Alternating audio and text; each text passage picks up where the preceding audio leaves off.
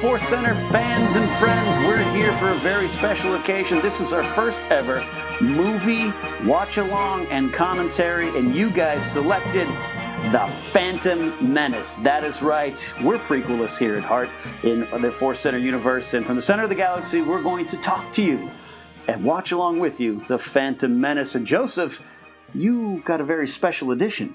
Yes, I did. I had a special adventure because we realized we all, like savages, only owned the actual DVD. We wanted to watch the Blu-ray. We want to see CGI Yoda. We want to see the detail of Seal Bibble's bald head. So I went to Target and I had a lovely interaction with the person who rang me up. Was like, "What is this? Is this one movie?" I was like, "No, it's several movies." She's like, "Oh, is this all the Star Wars movies?" It's like, "No, it's just 6 of them." And she went, well, good for you, Star Wars. You get your money. That is... so they have their money. That is right. Oh, my goodness. Jennifer, did you ever own the VHS copy of Phantom Menace? The original DVD? No, I did not, no. And I do actually own the Blu-ray. Somewhere it's in boxes in my garage. But I wore my Queen Amidala shirt. Forever 21 today. That is fantastic. She's one of the highlights of this movie. We love our Queen Amidala. All right, I think without further ado, let's jump right in. Joseph, you have the controls. I do. I've got everything we need. I have some water. We have a little bit of alcohol. So I think everybody is ready. Here's what's going to do. We're watching the most recent Blu-ray release. We have it queued up to begin where the actual 20th Century Fox logo begins, the one that is attached to the movie. I'm going to count to 3, and on 3, I'm going to hit play. Okay. Ken Knapsack, Jennifer Landa. Yes. Are you ready? I'm ready. I am ready too. Wizard. Let's begin. 1, 2, 3. Hear that thing whirring up. There it is. The old 20th Century Fox. So beautiful. I'm preparing myself. Actually, I think I watched this last year. I think I did. A couple months ago for me. Really? Yeah, it was a couple months ago as well for me. Training up for trivia. Do you guys remember when that Lucasfilm changed in like the mid-90s for the special editions? The logo for Lucasfilm? Yeah. Oh, yeah. A long time ago. Did you feel like when you first saw Phantom Menace that it should have been a longer time ago? I did. Where were you guys when this first hit? What theater, what city, what town? Who were you with? Oh, my goodness. I believe I was in I know I was in a suburb of Minneapolis. I believe it was called Inver Grove Heights. It probably still is. I shouldn't say past tense. Yep, I was in a theater screaming with a bunch of nerds. A lot of lightsabers in the air. Oh, so many. So many. In Winnetka, California, at Pacific Theaters 21 there. My friends Aaron and Casey and Joel and Gavin, if you're listening, we were there for this in 1999. Jennifer? I was in Orange County, I believe at the Irvine Spectrum, and I remember seeing these credits and going, oh boy, I gotta take this all in. Taxation of trade routes, okay. I do remember the reaction almost immediately. Everybody had scream, scream, scream, and then it stopped, and then there was you could almost hear people like lip reading along. Right. Turmoil has engulfed the Galactic Taxation trade routes. Hoping okay. It's like it's going too fast. Yeah, and I think people just really did hope that it would just say, Jedi are doing cool stuff. Right. Look, I'll say, this isn't the Last Jedi commentary. We'll do that one day, I'm sure. But that crawl was great. Yeah. Yes. Love that one. And I think this crawl is great for exactly, and I'm sure we'll talk about this a bunch, that exactly what George Lucas wanted to make. It was just not what fans were expecting at the time. Right. Absolutely. I was really nervous at this point. I was like, here we go. New Star Wars begins. Yeah, the Radiant 7. And I remember thinking like, since the classic trilogy begins with the 3 Star Destroyers, what will be the first shot? What will the ship be this time? That's Silas Carson right there as the captain. Oh, man. And I don't believe I had seen much of the Nemodians. So this is right. Yeah. Back in the dark days where you had to log on with your AOL disk. Now, one of the things that I want to be watching for as we go is lots of circles. Yeah. Everything in here, the design-wise, everything is rounded and circular, and there's a ton of talk about circles and circular relationships. Did you, upon seeing the Trade Federation ships with the ball, the globe in the center, did you think, Death Star reminiscent? Oh. No, I just thought about donuts, and I still do, and I'm happy. I'm happy to think about donuts. TC 14. So, I will admit, I am a prequelist now. Yes. I love this movie now. At this moment, the first viewing, I went, oh no, something's different.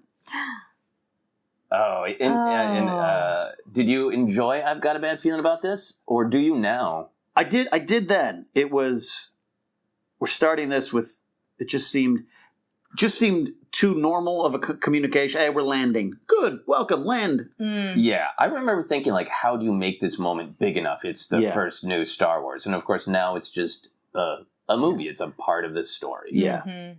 We take, like, Padawan is normal to us now. Right. Yeah. But at this moment, I remember the people in the theater laughed. Really? Yeah. Oh, gosh. Wow. Yeah, people didn't laugh or make any other sort of negative noises until later. Like a rapier. Right. Yeah, right. The first time you hear Nemodians speak. Yeah. Ew. But this take coming up from TC-14 is great, I think.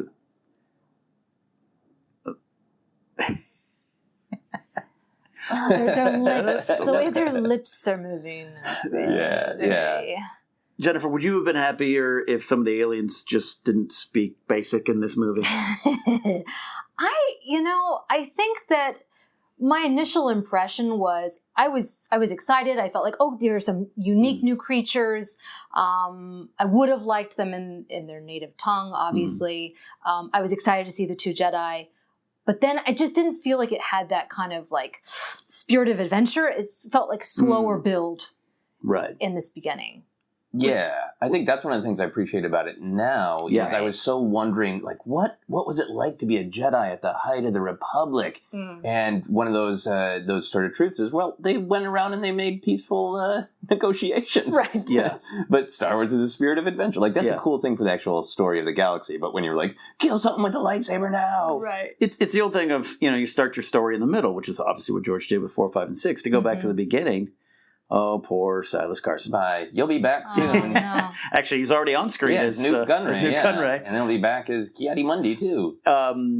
But yeah, with some time and perspective, Joseph, that's where you start to appreciate it more. Like, this is just what it was like. Jedi on their Jedi business. Yeah, and this is like a slightly larger conflict than they normally deal with, so the Jedi keep saying, like, well, there's something more to this. And that obviously pays off in the larger story.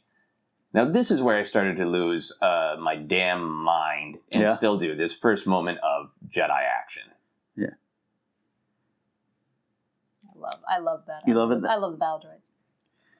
Now I'm in love it. Yes. Yeah, that was exciting. Yes, now is where I just want to be Obi-Wan for the rest of my life, faded from that shot onward. Hello, Tehao. Yes, and that is probably one of the more questionable choices from George with that character design there, I thought. I love that walk. Yeah. That hunch.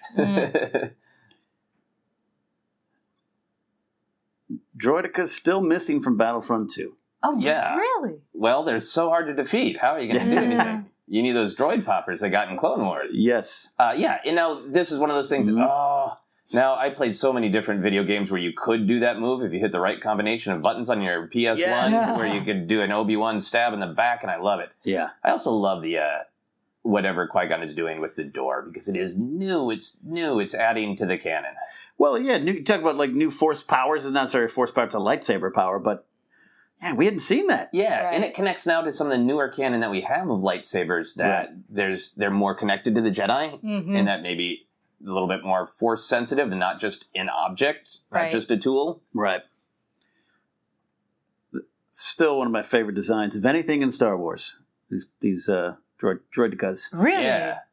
Yeah, I think that they're great. I like the word too. I know they're called other things too, but I love the droideca. I love the sound. Droidecas. All right, so controversial discussion time. Jennifer, how do you feel about the Jedi speed run that is never seen again? Yeah. I don't know. Still not one of my favorite things. Like the force jumps. Even Luke does one in Jedi. Oh yeah. Force jumps are fine. I'm fine with it all. It's almost too video game for me, but I can accept him as part of what it is to be a Jedi at the peak of his powers. It definitely seemed weird because, as everyone says, Obi-Wan doesn't use it again later. Yeah, right. And I'll get really nerdy about that, and I don't mind that. I think Force takes an amount of energy, and his energy is used elsewhere in the lightsaber battle. Right. But it doesn't explain why they never come back again. Right. All right, This Jennifer, was yeah. incredible when I saw this. I was a huge fan of Natalie Portman at the time, I still am, and just these costumes. I was surprised by her performance and I recognize she's supposed to be a queen. She's a young queen, still trying to figure out who she is. But yeah, I thought the costumes were beautiful. Her performance, I felt a little stilted. Yeah, I mean, and I look at, our good friend George, Faster, More Intense. You have a wider range of wonderful actors in this film, and they don't. That stilted word comes up a lot when describing it. I still love the regalness she brought to the role. We all love Padme. Yes. Dying for a young Padme novel. Yeah. Right. To get more, but that. But there's a pretty clear distinction between when she's being Padme and when she's being Queen Amidala. Right. Obviously, don't mean to blow your mind, same character. What? Yeah, no. But remember, it was kind of confusing when the figures came out. It was. It was, yeah. Wait, what? Who do we got? Yes. This is one of the things that I was thinking, delighted to see Sheev Palpatine in all of his various forms. Yeah. I remember seeing it the first time and being sort of like, oh no, I really did put together more of the movie I thought by reading the back of the action figures. I didn't, that was my first, entry into true spoilerdom. C.O. Bibble, Oliver Ford Davies, Master Crescent from Game of Thrones. Do love C.O. Bibble. Who's great. Look at that detail. And Jennifer, you are an experienced cosplayer and costume maker. Yeah. Very DIY skilled. Do you look at some of these costumes and immediately think, how could I replicate that? Oh, I can't. This is look at her headdress and the I don't know if it's like filament, the gold filament is just so intricate. Yeah. It's on another level. As someone who has watched this movie for the last almost 20 years on DVD, I'm glad you did this today, Joseph. Yeah, there are a seriously. ton of details just in like Amidala's. I have no fashion words, Jennifer. Her neck thing, Sure. Yeah, I don't know, or like her collar. her collar, her Neck shawl thing, indeed. collar. Her right. neck It's thing. part of like her tunic. I didn't know her neck thing was really bumpy. Yeah. And now I do. Thanks, Blu-ray. This is one thing I'll always say, even back in the days when I was less into these movies. Yeah. The designs, particularly in Phantom Menace, I think are very Star Wars-like. Yeah. Yes, they are. The lats and the droids themselves. Yeah. Yeah, I think I like that the tanks are kind of like look very grounded and utilitarian. Like they don't look as and one of the complaints about the prequels is that it doesn't look as lived in universe. Right. Yeah. But those tanks look like something that are produced by a merciless corporation. Right. To be just sort of samey and big and clunking. All right. Here we go. So Look at that. Look at that bounce back. this is it. Yeah, here we come. Oh boy. I've come to like I spake. Yeah. And the Jedi are not being super understanding to a different life form. Qui-Gon's a bit grumpy here.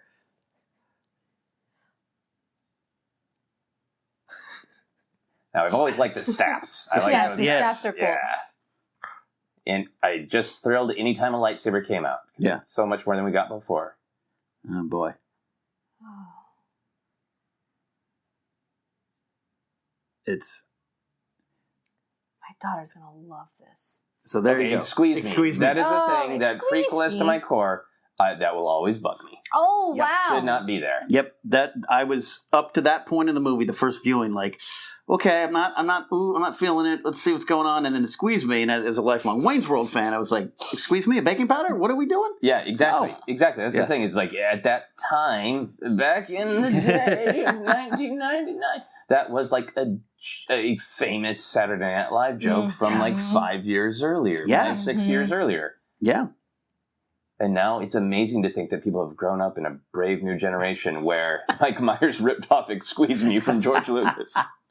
I once did an Instagram post of a Star Wars thing where I included the lyrics from Nick the Lounge Singer, which is Bill Murray's character from 78 Saturday Night Live, Mhm.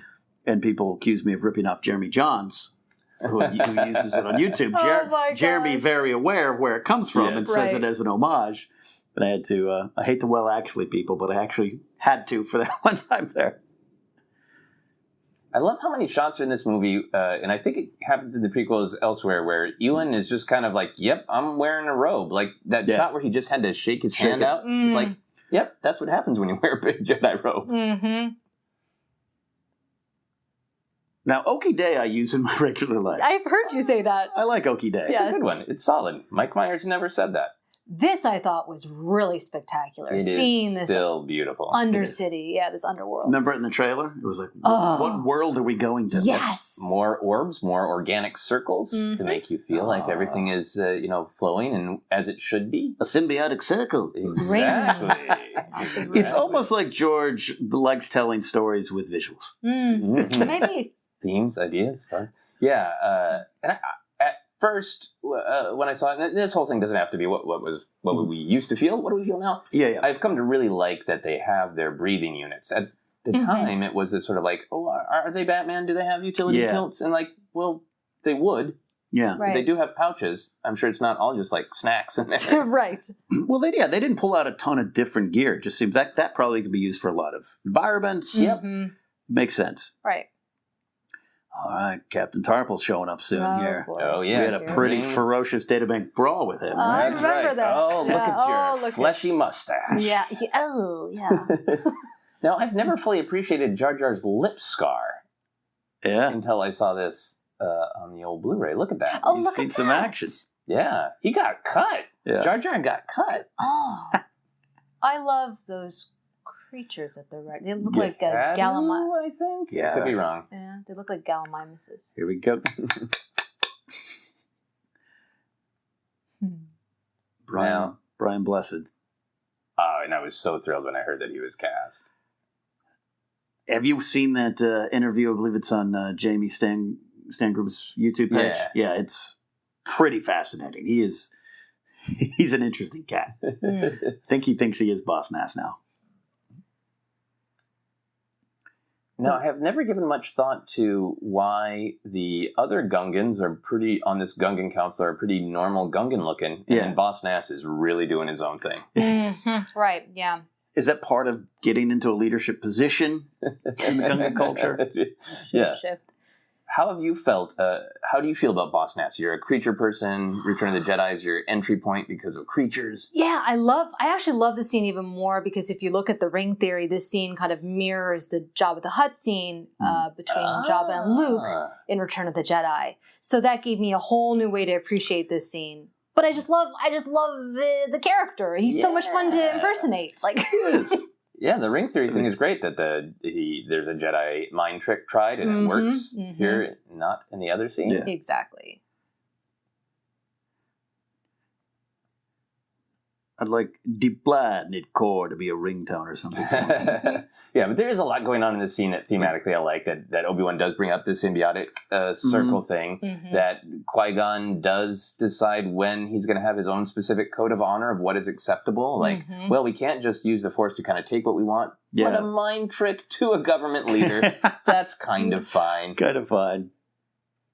But there seems to be, a burden on him almost that he's got to take Jar Jar. Right. You know? Yeah. That's the Jedi way, perhaps. Yeah, but he hears that Jar Jar's going to be in trouble, so he has empathy, and he seems to respect their culture that much. Right. Yeah. That the life debt matters. Oh, look at that high def spit. Always disappointed to find out that was a wig on Liam Neeson there. I just assumed at the time he grew his hair that long. Oh, yeah. Wait, I kind of thought that it was. No. It was partial. And that's what you, if you watch that documentary about the making of, when that sandstorm hits and tears the set apart, they find his wig. Oh my gosh. Was it on his head at the time? They just left it on set. Gosh. I had the Lego set of this Unabunko. Oh, nice. All right. Check in on other typical annoyances or concerns about the Phantom Menace. Does anyone care that this is a weird planet who has a water core? Oh, I never. No, I didn't stop. I probably should have stopped to think about it. Yeah. I just was more. Now I love the design here. Very like a 1920s silent movie sci-fi. Yeah, this has got some kaiju elements to it. Yep. All of these big fishies. Right. I believe that's the OPC killer. Mm-hmm. But yeah, to answer your question, Joseph, at the time I was struggling.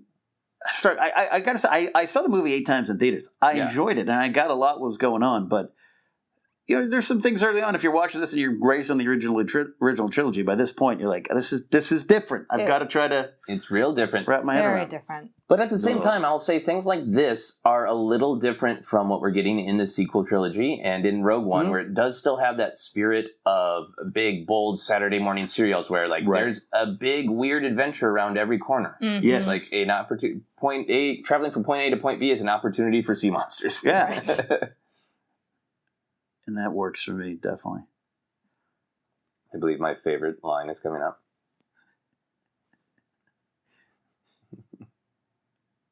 I'm trying to guess.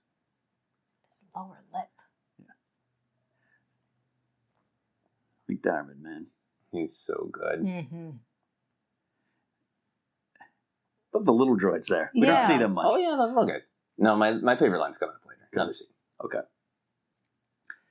Love their headgear. Mm-hmm. Love that we've returned to them in the Poe Dameron comic, in Takeda and Modia. Oh, that's awesome. Love connecting the past with the present in Star Wars. Mm-hmm. Yes. A circle. I love that line, though. Maxie, big, the Force. Yeah, it was really good to get a sense of that other, life forms, other cultures. Oh, did that pinch just came up, which is a small thing that people don't notice. Did you guys? Where he puts Jar Jar under. Yeah, Qui-Gon does like a little nerve pinch to shut him up. Little Vulcan mind meld there or something. I actually love that Jar Jar gets angry here. That's probably the most realistic Jar Jar there. Right. Like, I'm stuck with you guys. I have thought in life, though, when's you been thinking we'd be in trouble? Quite a lot. Yeah, that's oh, there it is. There it is. Yep. Oh. Yeah, I love that. Now, what do you think? Why that passes people's mind, but there's so much going on with that. Like the What do you think Obi-Wan's referring to? Like, you overdid it by putting him out, or you overdid it, Qui-Gon, by taking us down here? I think he means you overdid it. You squeezed him too hard because he's making this strange, orgasmic noise. Oh, okay. Yeah. That, you maybe knocked him out a little bit more than intended. Yeah. I love that stuff. Love the sounds going on here. Yeah. The music. I mean, sound design's great. And look, I get it. I get it too over time. Some of that shot looks beautiful. Yeah. That shot looks beautiful. A lot of this is round ovals. This is practical with the lights in her dress. Gorgeous. I think I would call that one of the best Star Wars shots of all time. The first one. The big, absolutely. And if you guys have played Battlefront 2, the level on Naboo is so detailed. Yeah, and it makes me appreciate these scenes even more. Mm-hmm. Jennifer, how do you feel about the Nemodians at this point? Have you come around to them, or do they still get on your nerves a little bit? No, they never really bothered me except for the accents, where I was like, I don't know about that. Yeah, understandable. But they didn't bother me. By this point, I think I was very bothered by Jar Jar. And I just felt like, when are we going to ditch him?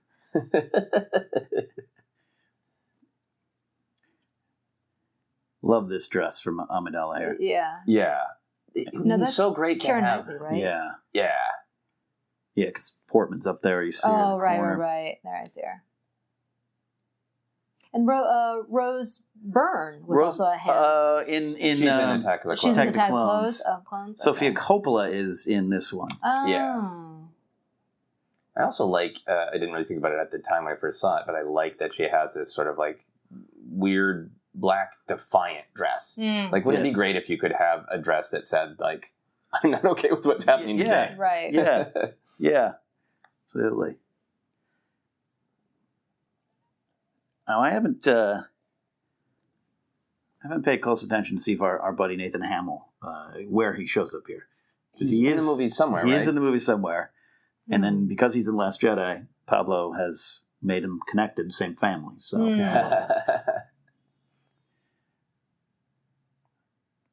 that's a great shot. Those droids, that's some of the best they look. Yeah. Yes. Look, here's the thing. I love that Jar Jar tries to help and can't. Yeah, that he dangles in the background. Yeah. Here's one of my favorite sounds. Oh, yeah. That's a great sound. That is a good sound. Just how fanciful Obi-Wan was with his lightsaber. Yeah. Like, you cut all their heads off and then you spun it 3 times. Mm-hmm. Just to let me know that you're cool. As I lose my hair more and more rapidly, I look at C.O. Bibble as an inspiration of what you can do. Distract by making your beard longer. It's the C.O. Bibble I call it the John Schnepp factor, where you just don't comb your hair, you just let it go. I've talked to Schnepp about this. And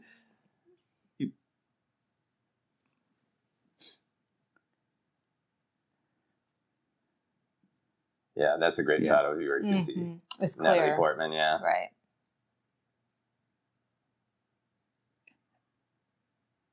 And I love that when Kira looks to Portman and they kind of have the secret code here. Right. Mm-hmm.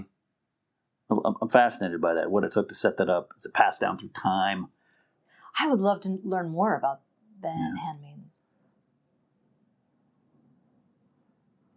You see Kira taking in that information. Yeah, and I wonder if Lucas wanted the Queen Amidala role to be very like regal and flat, partially distinguish and like make sure that people didn't pick up on. I think you're right. Performance difference between the two of them. You're right. I mean, I even wonder, and the answer might be out there. Maybe you guys know, maybe someone listening knows if it's actually Portman's voice dubbed over. It sounds like Portman. It does sound like Portman. Yeah. Yeah, Roger. I've really grown to love them, especially with the Freemaker adventures. I've grown to love them, but the fact that the droids stutter at first or stumble over the words is something that was... I really like that moment in there where he can't figure out what Qui-Gon is saying, so he just says you're under arrest, because it just says, like, these are made by a massive corporation, and they're just kind of crap. Right. Yeah. There's a lot of them, and they're not good. And what does that sound like? The way microwaves are made now. I love the half droid there stumbling along. Yeah. Yep. Yeah. Chicken with its head. A lot of talk when I was streaming the other day about people wanting a younger Qui-Gon story. I would love that. Yeah. Get that in that Count Dooku book I want to do. Yeah, I think your idea of a Dooku book is a winner. In fact, I nominate you to write it. Yeah. Contact everyone real quick. I love that moment. I've come to he just boyos and they all just turn to him. Right. Yeah. Speaking of Wayne's World 2. Here we begin with the Rick Oley Master of Exposition. Great shot.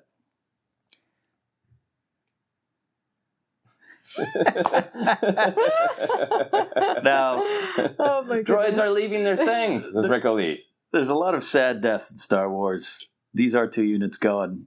Some of it's a sad moment. I feel sorry because we become attached to R2. Look at that. Look at that. Like These nothing. Brutal. Taken out. And Obi-Wan's just like, we're losing the microwaves. It's really clear how Obi-Wan has never really seen them as particularly sentient, right? And that continues.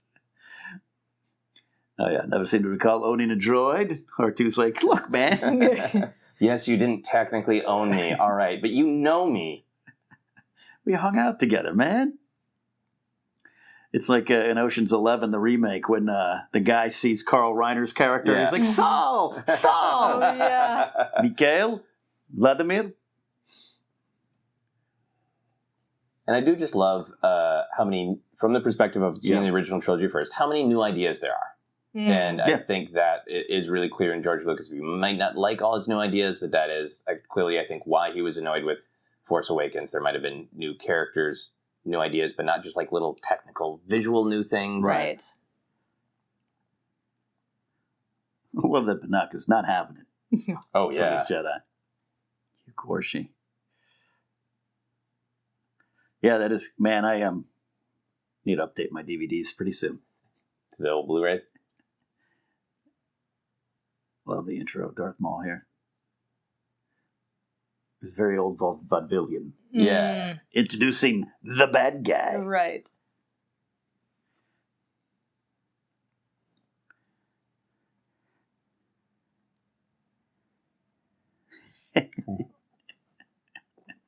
That is such a wrestling presentation, right? It absolutely is. This is a manager. This is Bobby the Brain Heenan introducing Lex Luger. And this is like my new bad guy. And I also love Darth Maul doing the reality show arms folded thing. Right. You know, I feel like he's part of,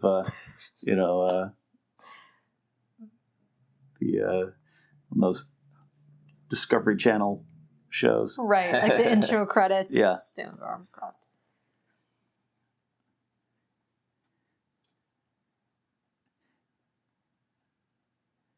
I like that he looks where his number is. All right, so I like this moment. Me too. Because R2's a great character. Mm-hmm. Is that too fan servicey? Do you feel? No, I think it's a good introduction. The only thing that bothers me, now that I'm seeing it in super crisp Blu-ray, I don't know what the hell Panaka thinks he's reading.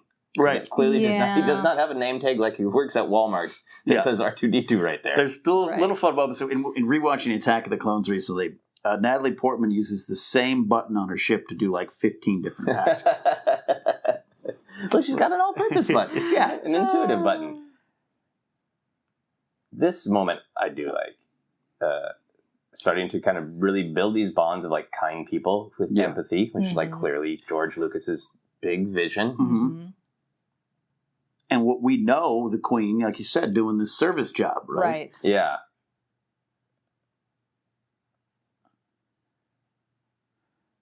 I also like to, we notice now that Kylo Ren and Jar Jar share the same taste in pants. No. High-waisted. Do you guys have maybe a headcanon explanation for why Padme decided at that moment to step away, clean R2? Is it to get more information, just to get away, catch her breath? All of the above? That's a great question. I mean, to me, I think it's just to be the handmaiden. She's being the handmaiden. And I think she's like wanting interactions like that. Jar Jar wouldn't talk to the Queen like that. Right. And coming up later, she's going to hear things from the Jedi that they aren't going to say to the Queen. Exactly. Right. It's smart. It's crafty. She's playing her role. It's why Padme Amidala, to me, is still one of the underrated characters. I think because of the shield of the prequels keeps you from really looking at it's particularly Phantom Menace. Yeah. And that moment was the first time that someone was truly kind to Jar Jar, who just listened to his perspective and heard. And right.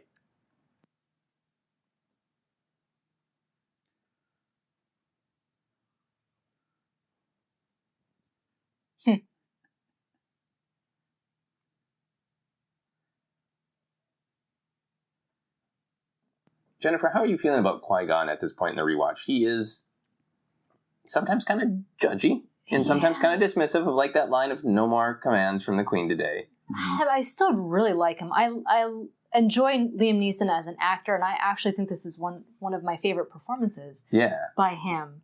I don't know. What I like about it is we always talk about he's an outside the box kind of Jedi. He doesn't always follow these things for himself. He is a little grumpy, but I think he has a purpose. There's something to this character. We talked about stilted. You could easily say maybe, here we go. I'll pause for this. Okay. Yep. Still don't need it. Still not need it. But Liam isn't... I like drunk protocol droid. I've never really what is he doing? Why is he limping?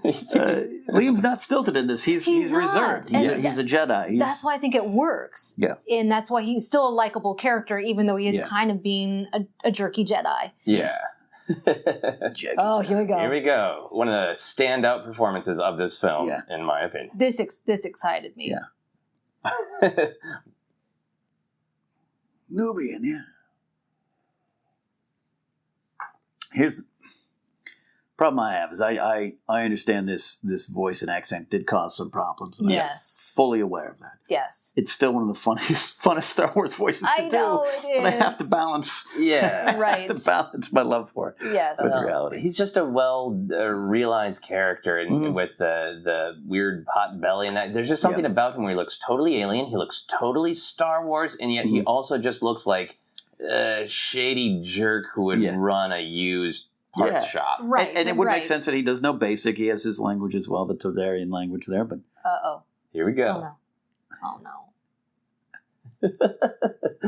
That line. Are you an angel? Yeah. Is it just because it is too on the nose a horrific Earth pickup line being said by a 9-year-old boy to a 14-year-old girl? Is that all? No, it's complicated, and Yeah. it's complicated, and God love Jake Lloyd. He was a child when he did this. Yeah. That's hard. Yeah, and this is where, I mean, I say a bunch of great things about George Lucas, and I will throughout this film, but, like, George Lucas doesn't give great direction to actors. He didn't help him. This kid needed more help. That's a tough line for any adult to deliver without making it sound like, hey, are you an angel, you know? Well, and again, I've talked before about that documentary about the making of. There was, I thought, some better choices, and I think George even admits it. There's another more polished choice he could have made, but he and quite frankly, I think Jake Lloyd at this point with the hair and everything down, he looks like a young Aiden Christensen, a young Mark Hamill. Yes, he does. Absolutely. Wouldn't mind having one of those around the house. A bit droid to get some stuff done. Yeah. And again, I'll say it over and over, but I love the design of the pit droids. Mm-hmm, oh yeah, they're fun. I like his poncho, Qui-Gon's poncho. Yeah, I mean, this is really our fashion watch through of Phantom Menace on the Blu-ray. I'm sorry, look at all this. Look at the leather vest. No, I agree. Yeah, I mean, that's got to be pleather, whatever the Star Wars version of pleather is, right? Exactly. A holster thing.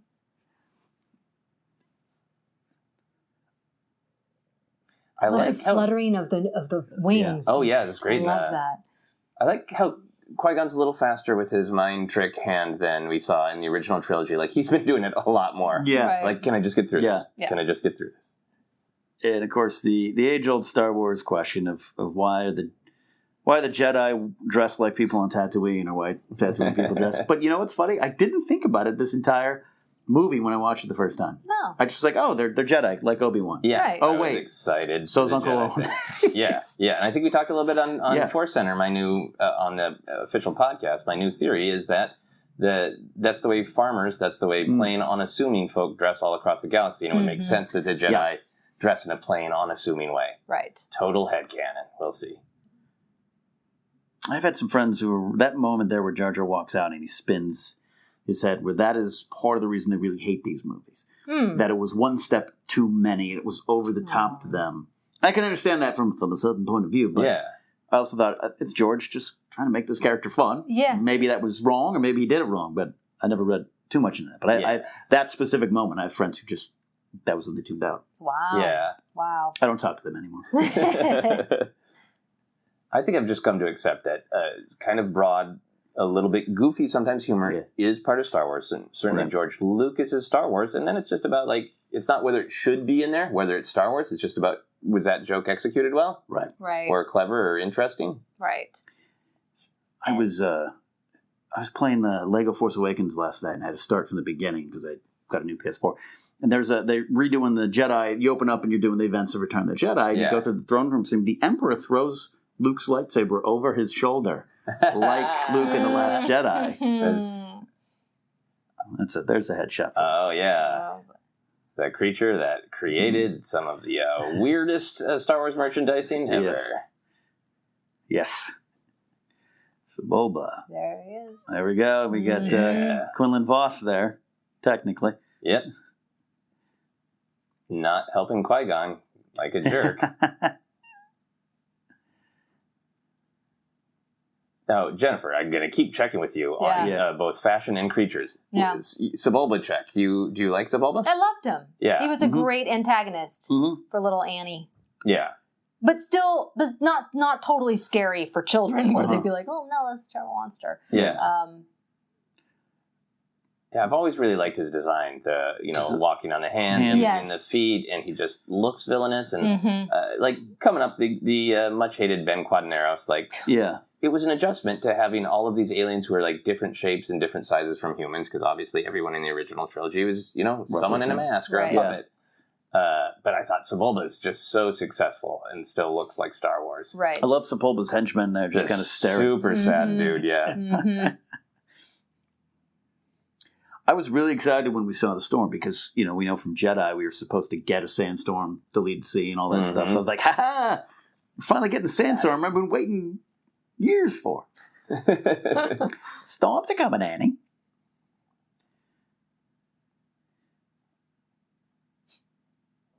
So about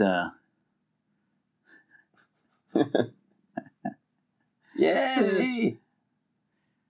She was part of a particularly violent databank brawl. Indeed, she was. There was a point in about 1995 and 96 that my hair looked exactly like Qui-Gon's. So I was very happy. I thought you were going to say Jira's. Right, I was like, where are you going? That's eventually... Storms are coming, Ken. Uh-huh. So around this time, this era, I don't know, there's supposed to be a deleted scene with a young Greedo, right? Yes, yes. And I believe it's in the novelization as well. I could be wrong, it's been a long time. I'm going to reread the novel soon, the Terry Brooks novel. Yeah. All right, Shmi. Yeah, I love here she Shmi. Vanilla August is great. And I still, to this day, think that's a pretty nice place for slaves. Yeah. That apartment. Come on. That is Decked out. lower ceilings, but more rooms than my home. Yeah. There is Mos Espa. Mos Espa, which we still believe is a coincidence, right? Yes, we I do. think there's been poo-pooed that is canonically. I would have loved if they've come out and said, yeah, we based it off of that design. That would be great. Yeah. But not the case. Nice to know 3PO's an on button exposed. Yep. R2's got a name tag and 3PO's got an on button on his clavicle. Again, I'm amazed. All those wires, and Ugnaughts can just, reconnect them at the seams, so can Chewie. Yes. Got to be smart wires. Plug that and reconnect play. themselves. Yes. Yeah. Yeah.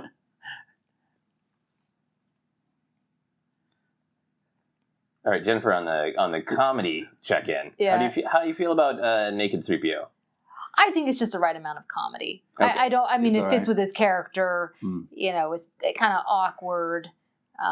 I actually think at this point, too, I love Jake Lloyd's. I felt like it kind of sunk into his performance a little bit more, and so I felt like things were kind of gelling. Mm. Okay.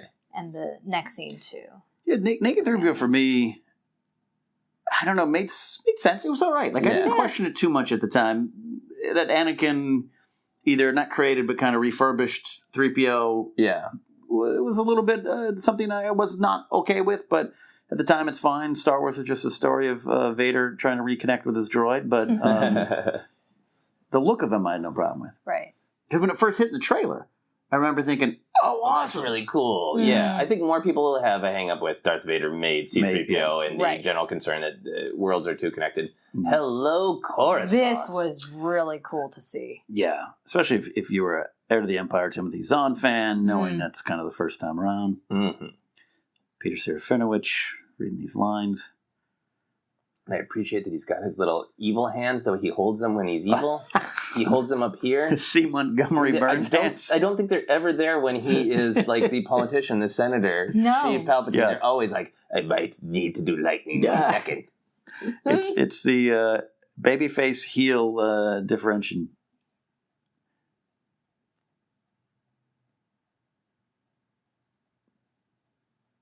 Did Anakin ever get his... Boom! One would assume that Watto turns it off, right? Yeah. So which means it might have been removed on Mustafar, accidentally. It's for sure forever gone. That's the Star Wars story I want, is Watto tracks Anakin to Mustafar and finds a severed arm. I love eating scenes like this. I think that I want to see that in every single Star Wars film because it allows you to tell the story, advance the story, share some exposition in a more organic way. Yeah. And you see the personalities and the relationships. And that's what I like about this. Eating isn't focused on in Star Wars as much as other fandoms. You know, right. Lord of the Rings, Gimli drinking beers, but with Game of Thrones, food is big, especially if you read the books, you detailed descriptions of eel ray pie. Yeah. But in Star Wars, I'm okay with a little more. Again, you're moving. Last Jedi, you don't want Rey suddenly be like, all right, we can eat that fish. But it would have been kind of cool to see how Luke cooks his fish. Yeah. And having that moment. And in the Blu-ray, now this looks disgusting. They apparently have made just like alabaster paste. It looks like a squished tuna noodle casserole. This actually sounds kind of good. Yeah. Squished tuna noodle casserole? Yeah. I do love this dynamic here of the I saw your laser sword, which makes sense that maybe people on the Outer Rim don't know that lightsaber is the official name. Yeah. Other people, it bugged me when I first saw it, but I like it now. And that nobody can kill a Jedi, and I wish it were so. That's all great. Right.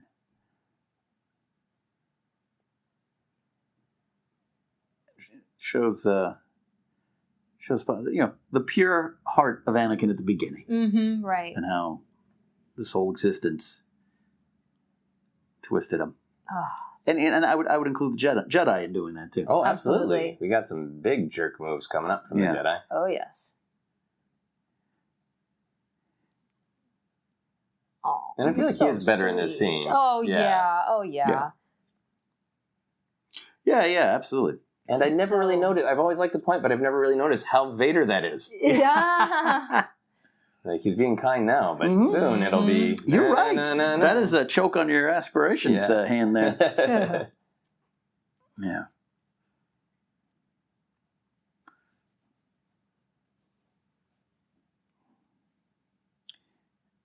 One day we'll get the true story of Shmi's background. Mm-hmm.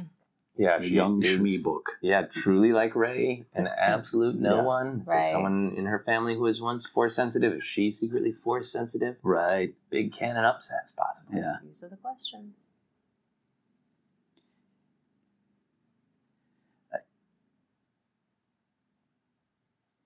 I hope at some point that, other than that Saturday Night Live video, that Natalie Portman maybe embraces Star Wars again more. I don't know. Not that she doesn't. She's not against it. No, she's not against it. But I think it's just the role she did. Just the role. Exactly. I think there were some ups and downs throughout the history. Right. But I think she's doing great in these scenes. Yeah. Yes. I mean, at this time, we had Leon the Professional, Beautiful Girls. Beautiful Girls, she was great. Yeah, she's great, Beautiful Girls. Yeah. But you can sense a little bit of that sort of that power that she's actually regal of, like the way she sits down and is like, I don't think you should approve of this. You know, you assume too much. Right. Yeah.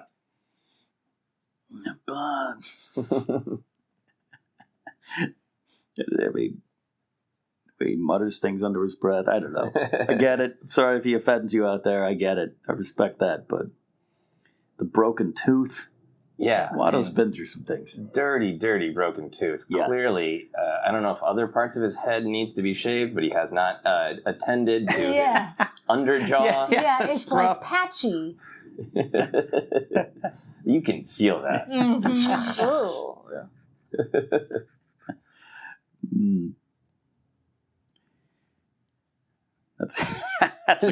That's a great shot. That's almost like classic Star Trek, where you're like filming an ingenue and it's really warm and glowing, but it's Qui-Gon. It's got a Barbara Streisand filter on it there. Right. I like that. Yeah. I like that. As someone who has adopted two chihuahuas as a girlfriend, his feet are very chihuahua-like. When I hold the chihuahuas, they dangle from my arms. They dangle like a Toydarian.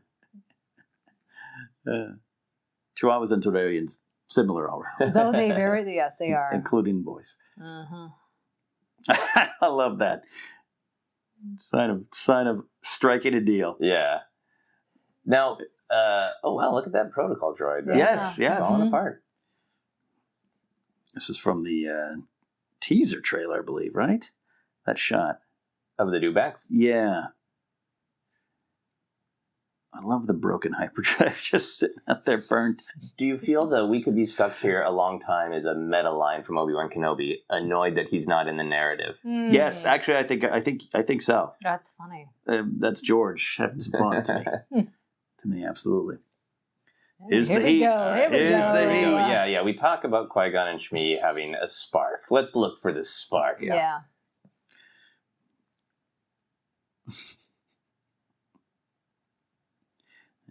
Yeah. Look at that icon. Understanding, respect. She opens up to him and tells him the truth. Yeah.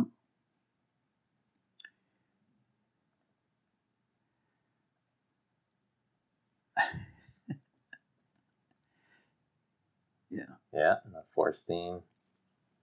Oh, yeah, we haven't really addressed the music yet. Right. Phantom Menace does a good job. That's often what people go to first is, I don't like them, but the music's good. Music's amazing. That look of discovery is great. Yeah. Yeah.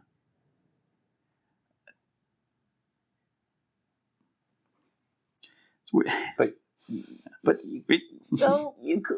come on. Or you could not. I think that's great. That's the story of the Jedi at this period. we got Wald. Is it Wald?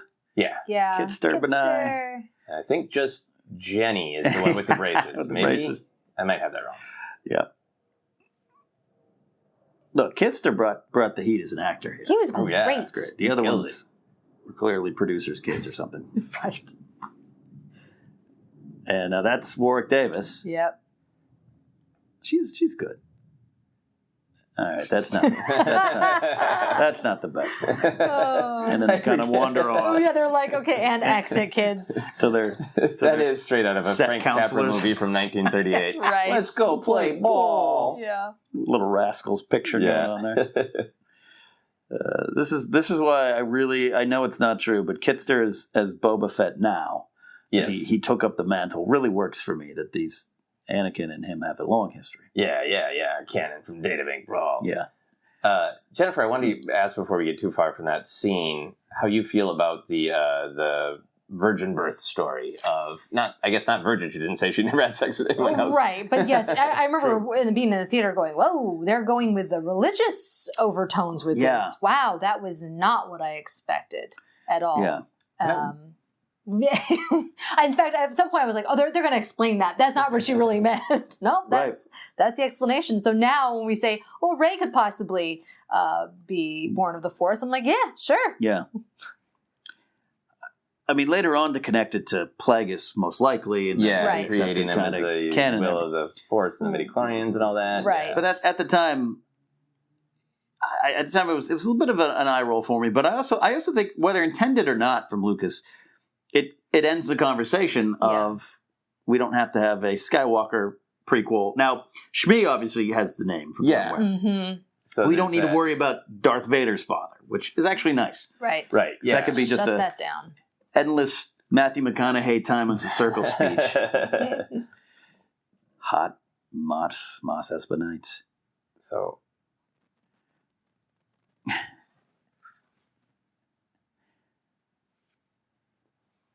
This line come up I really like. The first one to see them all. Yeah. Every time I watch this film, and it's been dozens and dozens of times, Right. my mind immediately fills in and kill everyone there. Yep, Annie, you get to do it. Not You the way will see them all. Your chic shaver there reading the midichlorians. I love the sand balconies. Mm-hmm.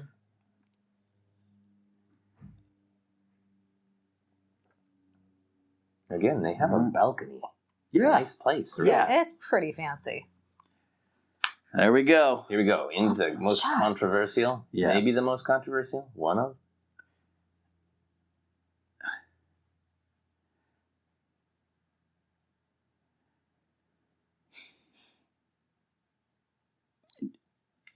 It didn't.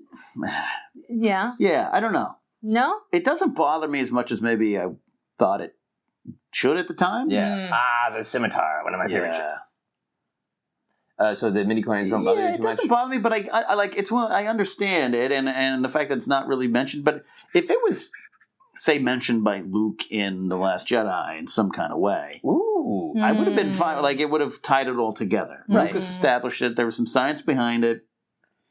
Lucas has more of an understanding of the Force, something he created, and said. Then I think we like to give him credit for it, i.e., the Mortis arc. A lot of the stuff. I mean, I Right. think to give it the strongest benefit of the doubt, we go to science immediately because it's talking about it's something that can be analyzed and read, and it's not mystical. And obviously, in real world, science is blood can be science.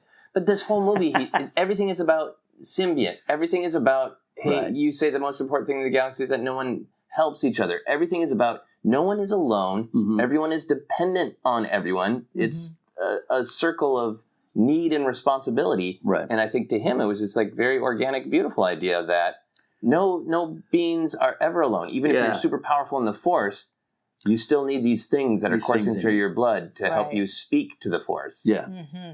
Yeah. George has those kind of thoughts, man. Yeah. Don't forget, he's an old San Francisco hippie, man. Yeah. Crystals. There's a reason it's all crystals. Uh-huh. Is that a Ronto way in the back there? Saw it. Oh, wow. I love that he's getting prepared. But You know, it's just relaxing. Twilight massage. Getting his nails done. so Paul was a good character, man. He's great. Yeah. It really is. Portray him as a player. Yeah, Right. And I love the idea that the pod racers. I almost said podcasters. We might as well. The pod racers. It's best if you're not human because you need other appendages and Yeah. you know, like You need weird eyes and yeah. crazy feet. you need Come on. 12 eyes and 3 feet and 4 arms, and it would make sense for Anakin. He was an excellent pilot at this time. Yeah. Where Obi-Wan met him. You wait. Yep. And that's sure you when, do, Watto. Sure you do. well, I'll bring it up later. What the? I'll bring it up Okay. later. All right. What a pit in I it. love it when Jennifer gets her firm voice. Love angry Lando. Yeah. Oh. All right. So this whole everything that is going on between Qui-Gon and Watto, the whole deal. Like, I like that he is only willing to bend things a little bit here and there. He could just use the Force and take everything he wants. He could take Anakin. He could take Shmi. Right. He could take the ship parts he needs. Right. Sometimes he follows rules. Sometimes he breaks it. Does the whole deal that they make get too convoluted? It's specifically him controlling the dice, Well, just cutting that the deal. in order to get the part, he's gonna barter the podracer, but this, but that. I can't even say it quickly while my brain is on other things. It or I'll get is wrong. a little bit, other than Qui-Gon didn't plan it, it's a little bit to me like Luke going to Jabba's palace, which you've done a Star Wars counseling on. Yeah. About it. Was that Luke's plan? Mm-hmm. Did everything go according to what Luke foresaw or needed to? I look at it as... I'll go to a pro wrestling thing. You know, you might know the end of your match, you might plan some things, but you get in the ring and there's a lot of things you've got to call as things happen. Yeah, Qui-Gon keeps bending the rules and saying, I'll bend it just a little bit farther, a little bit farther. I just mean from like a writing perspective, the deal they're making of... A little bit. Yeah. Yeah, it's a little bit. It gets a little convoluted. A little bit. I like the Sith probes. Yes. Oh, yes. I love Skeletor walking along there. He-Man. All right, now this, this is not news to anyone, but this is mostly practical right here. And right, these are Q-tips, right? Yes, Q-tips. In the stands, dancing around. And look, there's Greg Proops killing it here. There's some justifiable criticism of some of the CGI. Though let's not forget, Lucas is making the rules up as he goes. There's Ben. Right. Ben Oh, Quadneros. look at him. Yeah. But not enough credit for some of the practical models and stuff they did use in this. Absolutely. It just became too easy to go. Team Toe! Team Toe. There There's your he drunk. is. My Aw. favorite, Team Toe Pegley. And Grumble soon I'm going to get that streaming capability on my Nintendo 64, and we're all going to pod race Oh together. my there. And can I play Team Toe? Do you know? I think so. I think you have to earn them. You know, I have to say for how old the CGI is, a lot of it looks really good on this Blu-ray. Every once in a while, things like Boss Nass, like that's just never gonna. Yeah. But, Right. Clegg hold fast with his little bow. Yeah. Every time I study up for Star Wars Schmodown trivia, I really dig into the pod racers. Oh, Yeah. yeah. And then my mind forgets a lot of them at the end. Like Clegg Holdfast stays there. Don't like that extra in the middle doing the dance. Yeah. Yes, there's Bit much. Yeah. I love the actual action of the pod race. I love the narrative Yes. of it. Absolutely. The Fode and Beat are probably my least favorite thing in Star Wars because there are too many things that get to of this world for my taste. Sure. Much like You'd Squeeze Me. So now we have thousands upon thousands of witnesses to the name Skywalker being important. That is true. All these people have short memories or short lives. This is a great shot. The flag thing's great. It's a great shot, followed up by Lucas humor. Oh, but, yeah. Yeah. All right. Thanks, George. That is just... Yeah. All right, Jennifer, when you eventually watch this with your daughter, will you report to me if she enjoys the fart? Oh, I'm sure she will. Yeah, I mean, there's so many great little moments for kids. in this Absolutely. That, even as a teenager or whatever, I was like, oh boy, Yeah, I mean, but let's not forget Jedi, Boba Fett. And that's exactly it. Is that when I was watching that as a kid, I loved those moments. Is that a part of the ring theory that in Return of the Jedi there are multiple burp jokes, and then in Phantom Menace there are multiple butt-related jokes? I don't know if Mike is... There's a symbiote? Maybe. I don't think so. The ring theory is great. It brings up so many interesting ideas. I always imagine there's a scene we never saw from that documentary where that scene plays, and you just cut to Rick McCallum chewing his gum going, that's a great scene, George.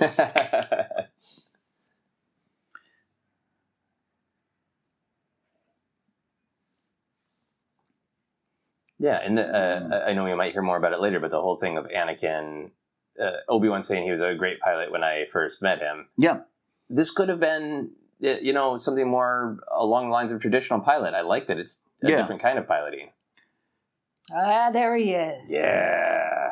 Your fave. My fave. And then... Gardula? Gardula, right? Yeah, Gardula. And that is a young Bib Fortuna. Mm-hmm. Yep. Played, I think, by a designer at the time. And in the background there, that lady is just kind of gothy. That's cool. Yeah. Now, here we go. Yeah, here we go. This is Lucas at his drag racing best. Yeah. Fast. This... Easy nervous. She's got great accent. I'd be okay with another pod race on a big screen. Oh, I'd love it. In a movie. Yeah, Absolutely. I would particularly love it if it was like somebody found like old junky pod races and it wasn't even like maybe a sporting race in the background, but if it was just sort of like these are the vehicles that we have available for chase. Yeah. I'd love that. That'd be great. And that's one of the things I'm looking forward to with Solo. I mean, yes. We talk about Solo now that Ron Howard's directing, having that American Graffiti vibe. Mm-hmm. The little classic cars doing some racing isn't a bad thing. The sound design, just oh my goodness, Ben Burtt killing it. Oh yeah, that kind of waver of sound. Yeah.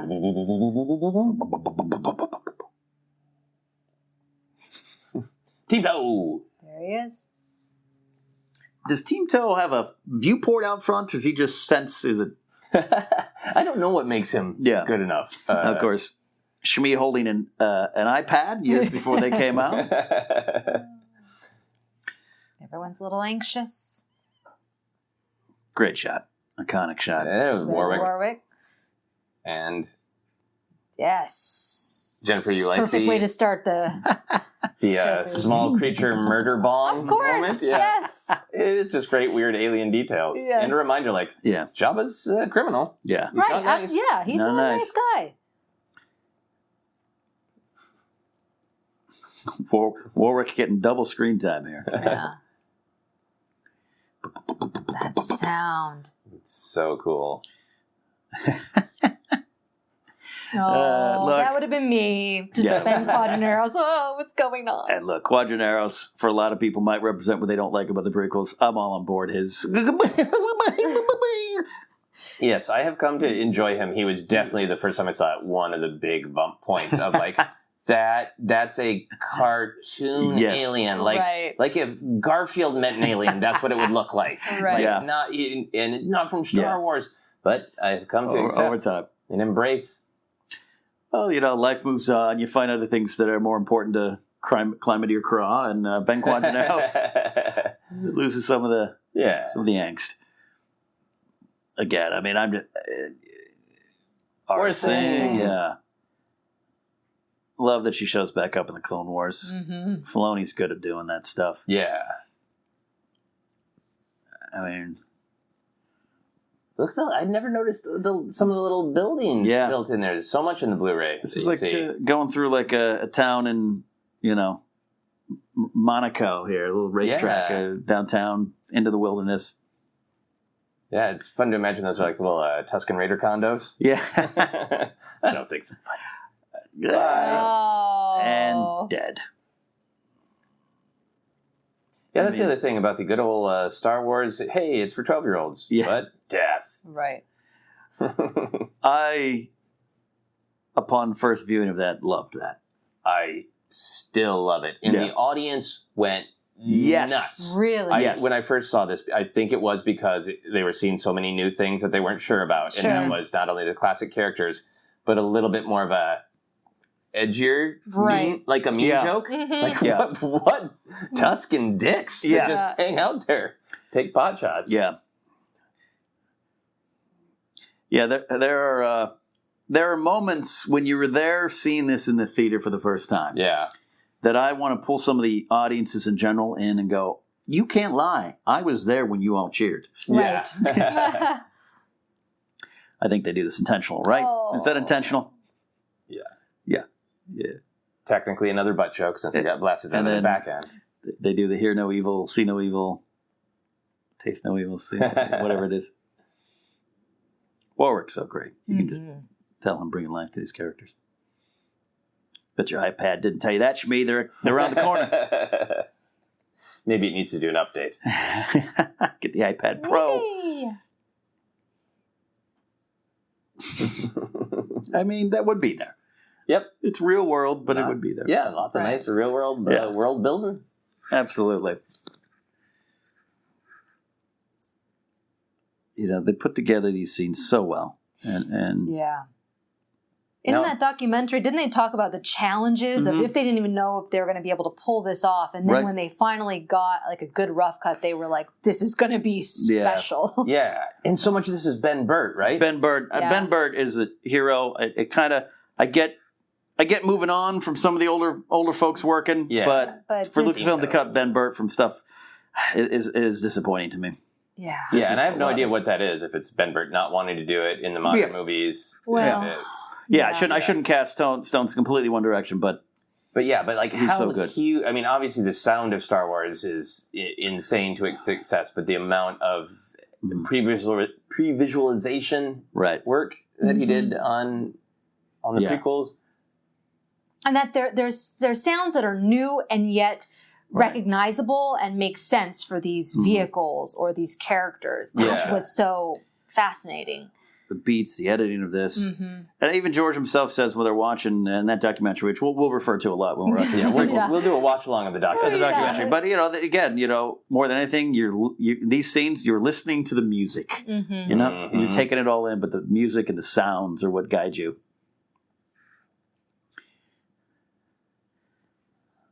I don't know what that is, but I like it. Some sort of a magnet-y thing. Magnet. Yeah, and I do kind of like that Anakin's success in the Podrace isn't an explicit Force moment. It's that he is resourceful and knowledgeable and brave. And even the Force, I'm sure, is obviously guiding his anticipation, his reflexes. But it is about him.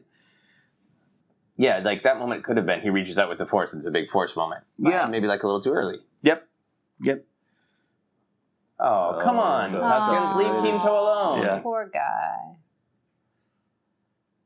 And just like that line. But I can let it go. Yeah, let it go. But yes. Because that was, again, if you're of a different generation, that was like a joke that was being passed around in lots of 90s comedies. Yes. I don't care where you're from. That's got to hurt. Oh, that's got to hurt. Oh, yeah. It was. That would be like if The Last Jedi had a joke that was like, oh, I think I threw up in my mouth a little. Yeah. Like it's not from any one place, but it's just an overused Earth joke of the time. Which again, to the droid please line from Finn, some people have that issue. Now, I think it's in Finn's character, and it's okay. But I just read it as straightforward begging. Yes, I know other people hear it as a joke. Right. Yeah, they hear. Yeah, and you're right. There could be a comma in it. Here is Lucas and his team at his best, I think, at this moment. Yeah. Drop of sound. Yep. Other than him and the Podracer. The shots of the buttons. And it's easy to overlook the awesome world building of that escape ramp, which, depending on where you live in the world, is a real thing in our real world for like runaway trucks. There's one by my wife's work. Yes. That always scares me. I'm like, yep. Every time I turn here, a truck could be barreling down and killing me, and there's a ramp for it. Was it the Cajon Pass on the 101 into Oxnard? They have that. Oh, yeah. Or on the 5 freeway into Oregon. And that silence moment back there with the pod, it's the Lucas Star Wars version of the Bob Rock moment in rock songs. Semisonics the one who explained it best in their novel, Jacob Slicker's novel, about a pause right before the final chorus. Okay. Which is why a lot of rock songs have success. I think Lucas said the same thing there. Moment of silence before, boom, makes big everything final pop. chorus. Yeah. Yes, he is. Yes, he is. That must have been a fun day of shooting for Shmi and Padme. Of like, look concerned on an iPad. Oh. Stare into this. Stare into this. Hey, man, I think Jake Lloyd's got some great facial reactions here. Oh, yeah. Yeah. Visuals. He's in control. He's great with his USB ports there. Yes. But again, like you said, this is a choice he's making right now. This is his skills, his ability to adapt and overcome. Yeah. Sound again.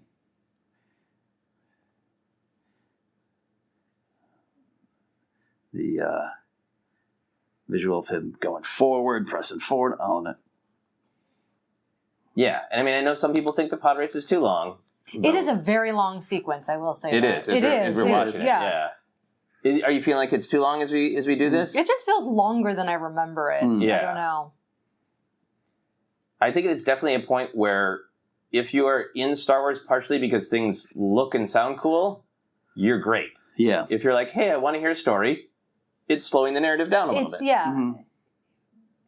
Yeah, it stands out as a complete, its own sequence, its own little mini movie. Exactly. This is Good job, Kitster. Nice, Good job, Kitster. I wish iPads came with weird horns like that one. Oh, I'd buy one of those right now. I want a horned iPad. Yeah, Think Geek should make that. like a little case. Yeah. Yeah, you could totally make that case. That'd be so much easier. I would drop it. Yeah. I have to remember never to say I might want X in front of a crafter. I can do that. I can do that. Yeah, I can do that. Oh. In your face, a Bulba. Yes. Podo.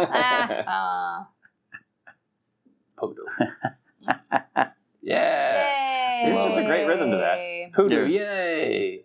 Yeah. It reminds me a lot of the end of Grease. Oh my gosh.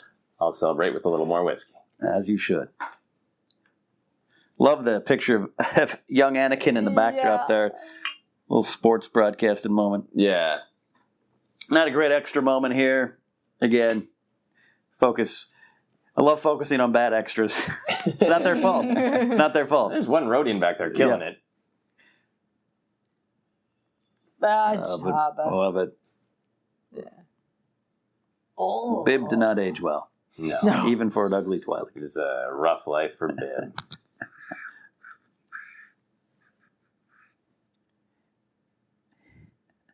Well, he's got like a grease beard. Yeah.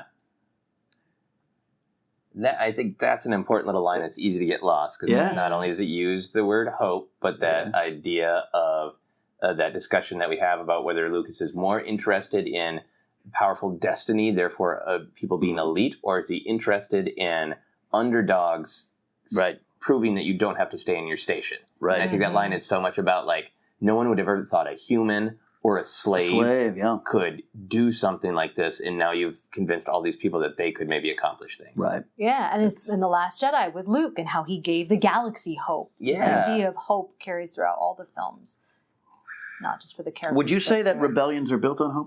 I would. I would. I love that subtle little shot of the Sith probe back there. Yeah. Yeah. It'd be one of those moments if podcasts and YouTube and digital media were up and running back in 99. We'd be like, 15 things you didn't see.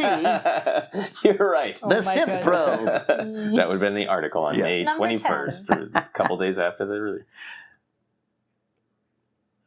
Those creatures, which the name's always Yobi, are featured in Battlefront 2 when you just kind of wander through Mos Eisley. Love them. Ewan, you're going to get that chance. You're going to be Obi in the desert one more time. Yeah, so much. All right, another pathetic life form. Yeah. Pretty harsh? He hasn't met Anakin yet. He hasn't met it. But in a way, I took it at the time too, and I still probably take it. It was setting up that Obi-Wan Anakin tension, even early on. Right. Yeah, and a little bit of just kind of teasing energy there with Qui-Gon. I don't think he truly means it. No. Yeah. I'll have all the art or whatever is hanging. Is it artwork or just tools? I think it's a little bit of A little bit both. of both. I think Imagine- those are the parts of C-3PO he didn't know where to put. It's like Anakin made it at daycare. Mom, I made you this keychain. I'm just going to put it over here. Good job. Doesn't want these Nubian brackets. Yes. You're going to wish you didn't, but yes.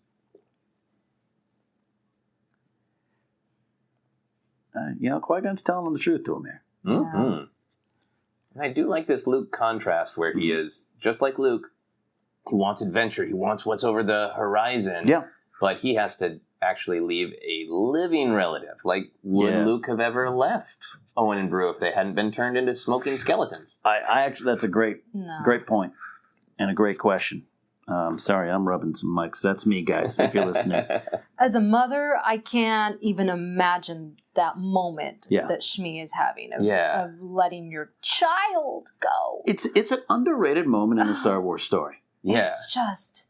And we have talked often here, Jennifer, about the need for more mothers in Star Wars, the focus on them. And this is one of the big ones we have. But what a... Oh, it's just, I can't even leave my daughter... When well, sometimes I can. I'm like, okay, I get a little break. But sure. After a few hours, you're like, oh, I miss them. Yeah. Does Shmi's perspective track for you within the story of Star Wars? Does it make sense that she would want him to have this different life with this noble gentleman she just met? She's trying to be selfless. But there's something to me that always felt a little bit too pat, and it didn't ring totally true in some sense of how a real mother would have be feeling. I mean, even being selfless, there would still, I feel like, being a much more emotional goodbye, or maybe just if we see her crying or something. You know?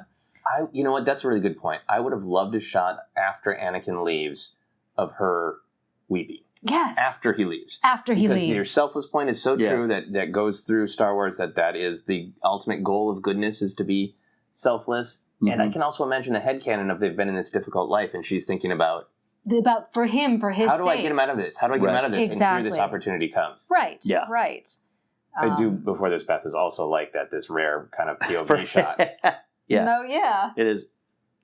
Oh, yeah, that is kind of... It's very rare for Star Wars. It is. And then the dismissive, bye. Love that little droid there. That little lamp. Yeah, I mean, there she's feeling it. She's feeling, but I want more. But it would be. I think now if this movie was made now, we might have that moment. Exactly. Yes. Yes. Lucas probably would not was worried with that. What is that little cloud thing hanging in there? It's like the Tabana gas cloud up. Oh, they have drones? Something's way up in the distance there. This is a good moment. You're right. This is all about him. This is about her making sure he has what he needs to turn around and leave. Mm-hmm. Yeah.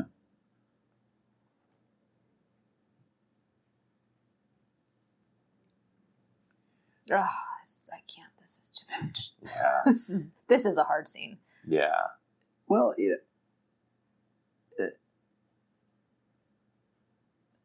Jake's doing okay here. He's doing great, and she's doing great. Yeah, she's amazing. They have a real connection. Yeah, now that hand to cheek, which I know is a general universal gesture, but now it really has rhythm with Han and Kylo. Mm-hmm. Yeah, that's just so great that she's the one who knows that this will be too hard for you if you don't look look back. Right. So she's getting her moments, but I know what you mean, Jennifer. Just a little bit more. Just then it would make it perfect. It's a little on the surface. You know, I love. Yeah, it's there though. It's there. You know, there's lots of great scenes in Star Wars where 3PO shows empathy. Like a little scene where she walks back in, and 3PO and her have a little moment of empathy. Even right. Another one of 3PO's like trying to make things better. Yeah, I have always loved this shot where he disappears. Woo! Hello. Wow. The little Darth Maul near far Sesame Street moment. The Anakin figure came with that backpack. Oh yeah. Now with backpack action. Yeah. I feel like every person I've talked to, whether they love or they hate the Phantom Menace, everyone's like, well, the best thing about the movie is Darth Maul. Darth Maul, like right. Absolutely. every single person I've talked to. A powerful, cool-looking villain with no backstory that we don't get until later. Yes. Have patience. Yeah. You'll get the backstory of your villains at some point. Now, I loved anytime lightsabers came out.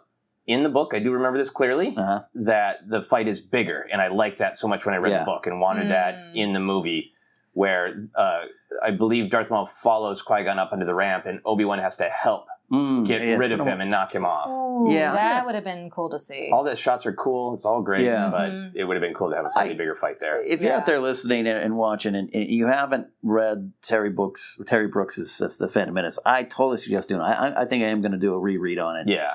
Because there's things with Anakin in his dreams. He's having visions. Being kind to Tusken Raiders. Yes. Yeah. And here we go. And you know, because that is in one of the trailers, either the teaser or the main trailer. Yeah.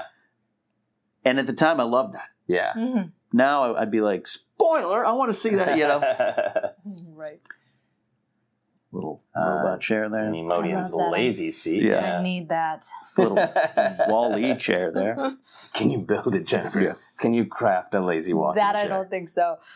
This thing would be that stair chair that goes up with you carrying the... Nice little shove to see Bibble there. Yeah. Unnecessary.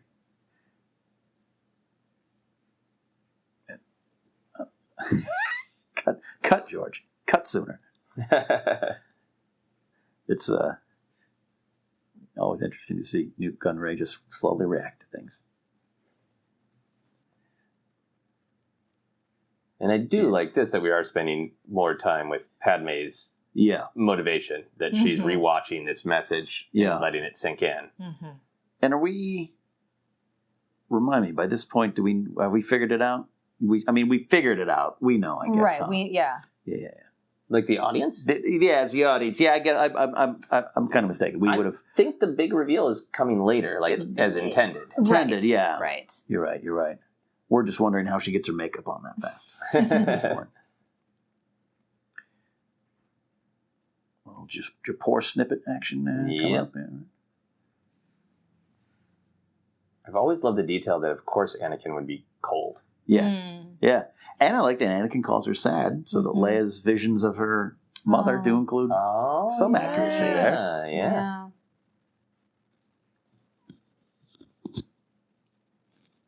That's what I mean. Some interference, but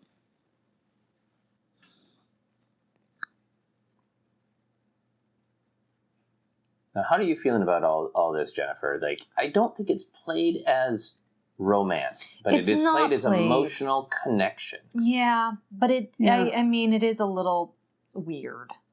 It's a little weird knowing what happens. But no, it's just like it's an emotional bond. Yeah. I do remember the audience having an audible reaction to some of these scenes. Oh yeah, yeah, including the angel line, but there was a little of type of thing going on, which is just because I think to your point, Joseph, is accurate that this.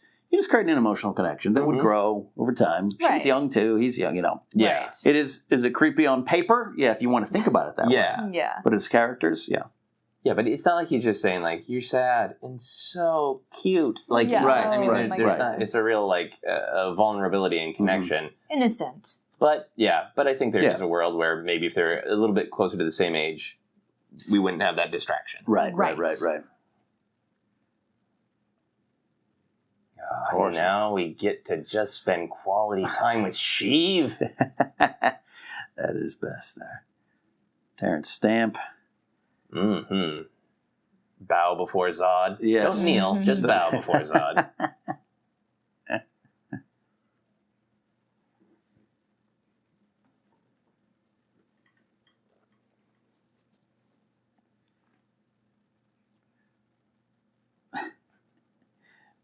So, like, with the general stiff observation, performance, the stiff observation of Phantom Menace, there are a lot of, I do think that the actors could have been directed to be a little bit warmer and more human and all that, but they're in a lot of environments and places where that stiffness makes sense. He's a political leader on the, it's formal. Yeah. Absolutely. Right, exactly. It doesn't sound. It just lent it to being considered, quote, more boring, blah, blah, blah. Yeah. I think that's for a lot of people. And again, you got Terrence Stamp, right? You're thinking, this is one of the great actors of the time here, and he's just being formal and boring to some people. Right. Yeah. But you're right. I think the setting makes sense. Yeah. The little kind of sub-thread that began there with Anakin being really confused about where he should be. Yeah. It's like a great moment from Jake Lloyd where he's like, should I go where? Right. And Qui-Gon's just like, go away. Yeah. And he doesn't know who's supposed to be. Yes.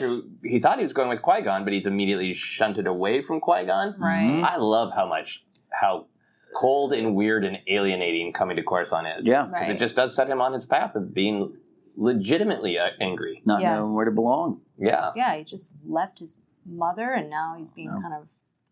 I believe this is one of the first scenes shot. Oh, wow. This one? Yeah. Again, referring to that doc, but yeah.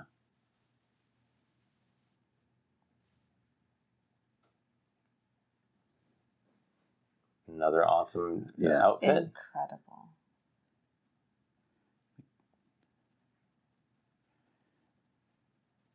Yeah, this is where you can get bogged down in politics, but it's fascinating to me. Oh yeah, this is the Phantom Menace right here. He's staring at us, working his magic,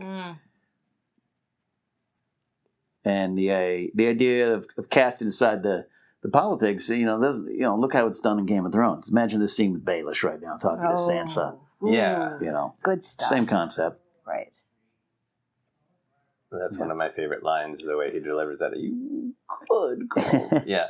And I mean, it's just clearly one of the important themes to George Lucas, and it's one of the reasons that I really began this journey of becoming a prequelist. Of this is the story he always meant to tell of how a good society becomes a bad society, and taking advantage of the natural disagreements between people that are going to slow a government down. Mm-hmm. Right. That he just absolutely preys on them to create this sympathy vote.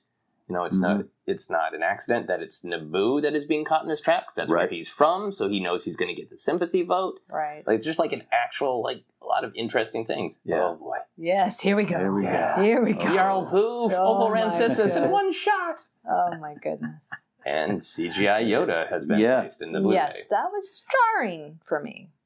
So this is the first time I've seen the CGI Yoda in Phantom Menace other than clips. Yeah. Because I had the DVD, which still has Puppet Yoda. So, I mean, we could pause and talk a million hours about this section. But, Jennifer, do you prefer CGI Yoda or Puppet Yoda from Phantom Menace? Oh, from Phantom Menace?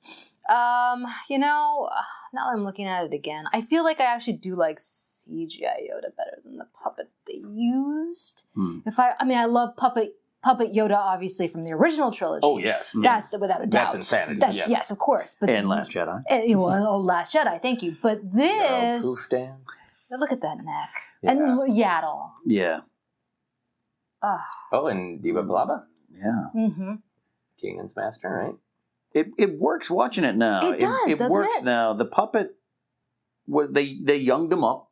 That's and what it almost was. too much. Yes. Like, Yes. he looks too young compared to what happens to him in Empire. Yeah. Right. It's like it's a tough 20 years. Yeah. Granted. He looks actually really good. Looks good. I really like CGI Yoda. And I like that he matches with the other movies. I'm really surprised. Yeah. Look at that glow. Soft light on Yeti Mundi. Yeah. A lot of soft lighting. Yeah, damn, there are a lot of soap opera shots. Yeah. Yes, Mundi. yes. Plo Koon has a spotlight there. Mm-hmm. And again, don't want to drop my circle observation. The old Jedi. And Dominic West from The Wire. Oh my goodness. In his cameo. Yeah. Look at that.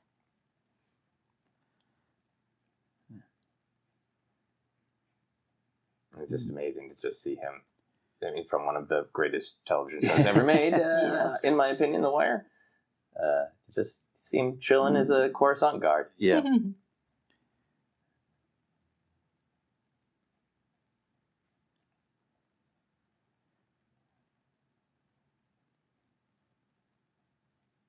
Good moment there. Really good moment. So great. Portman plays it well. Yeah, because she is now queened up again. She is being the queen, and she knows that she is speaking for herself, but still lying to this kid. Right. Also telling him the truth. Mm-hmm. Circles. Lots.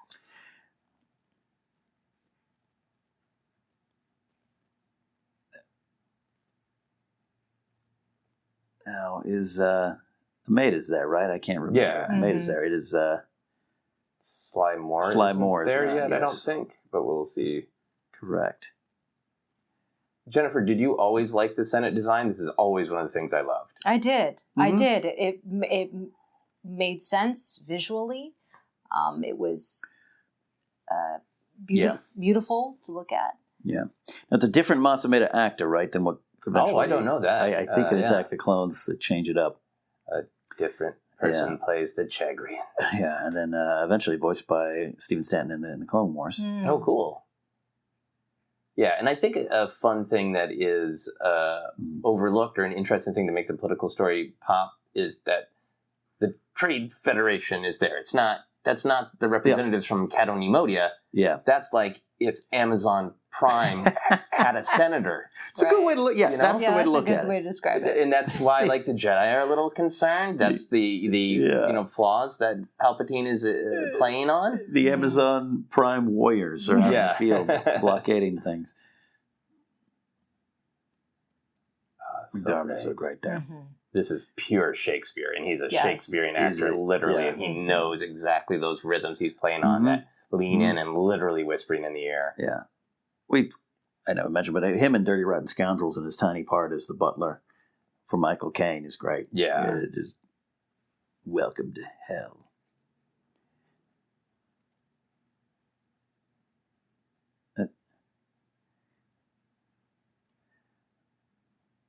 I got to get these quotes down more. Committee. Committee. I've always liked that.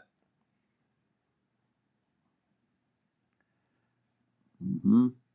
Yes. Yes. Do it. Good. Do it. Good. Do it good. Yeah, I think that performance there is great. The Orin Yeah. Frita. Orin Frita, yeah. I think the Wookiees and the ETs are in here Yes. somewhere. They're the ETs down Oh, there they Yes, are. yeah. Down ETs. there. You tell him, Masameda. You know? Political Performance intrigue at was its best. great there. She's Right. showing so much on her face. 'Cause I'm imagining being in that headdress and how Yeah. constricted she is physically. Yeah. Well, and also the idea that she is supposed to be locked down to like get to that level of like anger and defiance is like not what is done Right. in that chamber. Right. Is cool. Yeah. This is beautiful. That's a Great gorgeous shot. Coruscant at night. The sun goes down on another Coruscant day. Yeah, and we kind of skipped over it, but they had that great conversation there. Mm. Ship. Speeder. I've memorized that so many times for trivia. Oh, and it's never come up yet, Justin. Oh, my I ran that one right before my showdown. Yes. Oh. You know, that's a weighted line there, man. It is, because he feels both emotionally Yes. and literally cold. Yes, obviously. It's like the worst audition ever. It really is. You know, I mean, all these adults and creatures. Yeah. Yeah, he's flashing attitude. Yeah, not that much, but I love this scene because the Jedi clearly, like, they believe in kindness and humanity, but they're so kind of stuck and rigid in their ways that they don't realize, like, that's the number one thing you should be doing right now is just be kind to this child. Yeah. Right. But they're so caught up in their own rigid business. Right. And I think that's so intentional in George Lucas's story. They all have the Jocasta new attitude. Yeah. And people made a lot of jokes, myself included, about Yoda's whole long train of what leads to the dark side. Right, right. Boy, does it keep playing out, film after film after film, including up to The Last Jedi.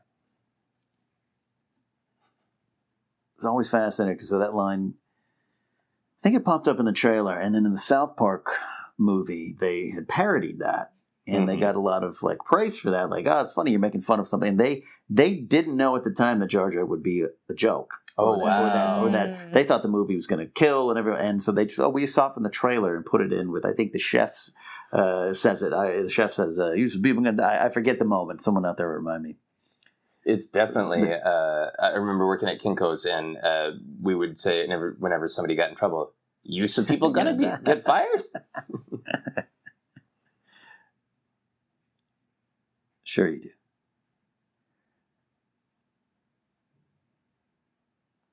Yeah. memorized the hell out of that. Yes. The trivia too. Yes. Memorize all those facts and numbers, and then I get quote questions, and I fail all the time. Oh my goodness.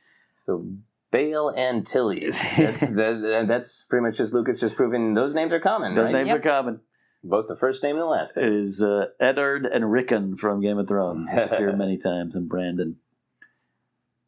So really, her makeup kind of stays the same. It's her hair that changes. So. Wait, I believe it's Trisha Begar, the costume designer. I believe so, yes. So good at matching what her mood is. Yes. Like when she was leaving, that weird Naboo, that feather dress looked kind of somber, but this looks so like bristly and ready for conflict. Angry. Yeah, angry. Yeah.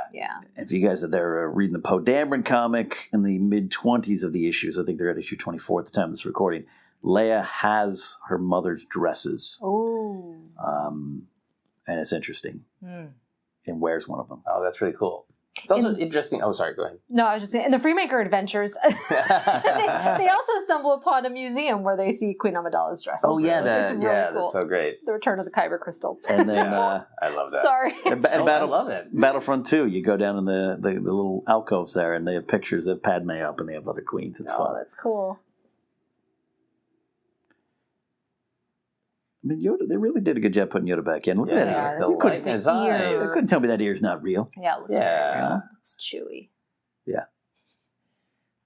Obi-Wan, the traditionalist, not understanding why he's being pushed away. Mm-hmm.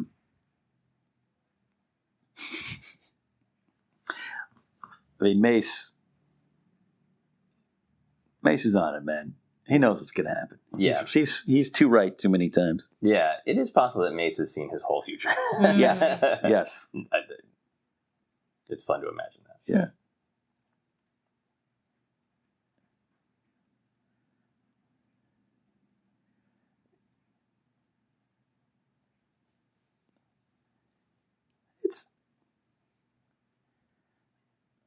It makes sense here that they're getting involved in that, but, the Jedi aren't supposed to get involved. So it's like, handle your business. This kid might be the chosen one. Right. Right. But they're like, no, we got to worry about this thing here. Right, because they're the keepers of the peace. So when something flares up, they want to do whatever little thing they can to stop it. And That's this true. is escalating to be a conflict on Naboo, so they want to, not go too far, but just like go with her, make sure that nobody assassinates her, because we can agree that's not right. That's not good, yeah. Yeah, you're right from that perspective, for sure. Just want to be like, all right, you can do both. You can diversify here. Jennifer, do you like that Obi-Wan is just straight up says, like, they sense the boy is dangerous? Like, it's right out there. Mm-hmm. Right. Like, Obi-Wan was right all along. Right. Yeah. No, I think it's a great thing. I guess one of the things that I had problems with was just how, which obviously George Lucas set up, was seeing how rigid they were, the Jedi. And it made me really not like the Jedi, which was something that I was not used to. Yeah. And so obviously that plays out later on in this trilogy. Yeah. But yeah, that was something different. I like it in terms of Obi-Wan as a character and maybe the growth he goes through. And how he starts out, here he is like, no, sir, we cross the street when the light says we cross the street. Right. And I think over time he had to change. Yes, he starts to bend the rules. Right. He starts to see the world as a more complex place, like his master Qui-Gon does, and realize sometimes you have to bend the rules. Yeah. Yeah. I think it's a fun, fair question to ask. Is Dooku lying, or is he saying somewhat the truth that, Qui-Gon would have teamed up with me, maybe, when he's trying to tell Obi-Wan that Attack of the Clones? I think it's a fair question. Yeah. Yeah, and I think, like, the surface level politics of Dooku of, like, well, no, the Republic really needs to be challenged. It's really done something wrong. You should stand up and say they've done something wrong. Right. Yeah, maybe Qui-Gon would have gone that far if Dooku was actually Dooku and not and not Tyrannus. Yeah, and that's always the caveat is, he's clearly working with Sidious, blah, blah, blah. But yeah, there's some, and again, another outfit change. Yeah. Those handmaidens are working overtime. Come on. Yeah, the walk into your ship outfit, that's pretty impressive. Yeah. Naboo at night. I've said it before, but on Battlefront 2, it is so fun to fly around that level. and to see the kind of airport behind those waterfalls there. It's all so great.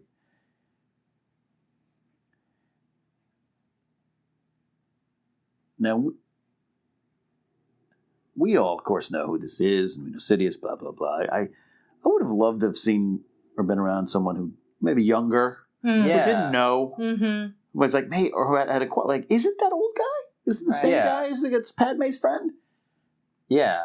But yeah, if you're a young kid, you don't obviously know that, and it adds so much to all the stories of duality with Padme and Amidala and Palpatine and Sidious, and even the Padawan relationship that gets talked about a lot. Yeah.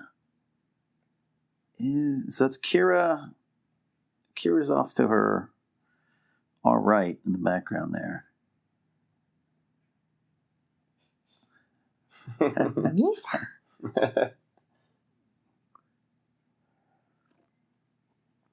See, the Queen learned that when she was undercover. Yeah. She can rely on the Gungans. Yeah, and if you ignore any concern about her, any stiff choices, any stiff direction, boy, is she Leia's mother. Yeah. In how much she's just sort of like, no, I'm going to come up with a plan. I'm not going to accept this. I'm going to take care of business. Yep. Love those birds flying out of those trees there. Yeah.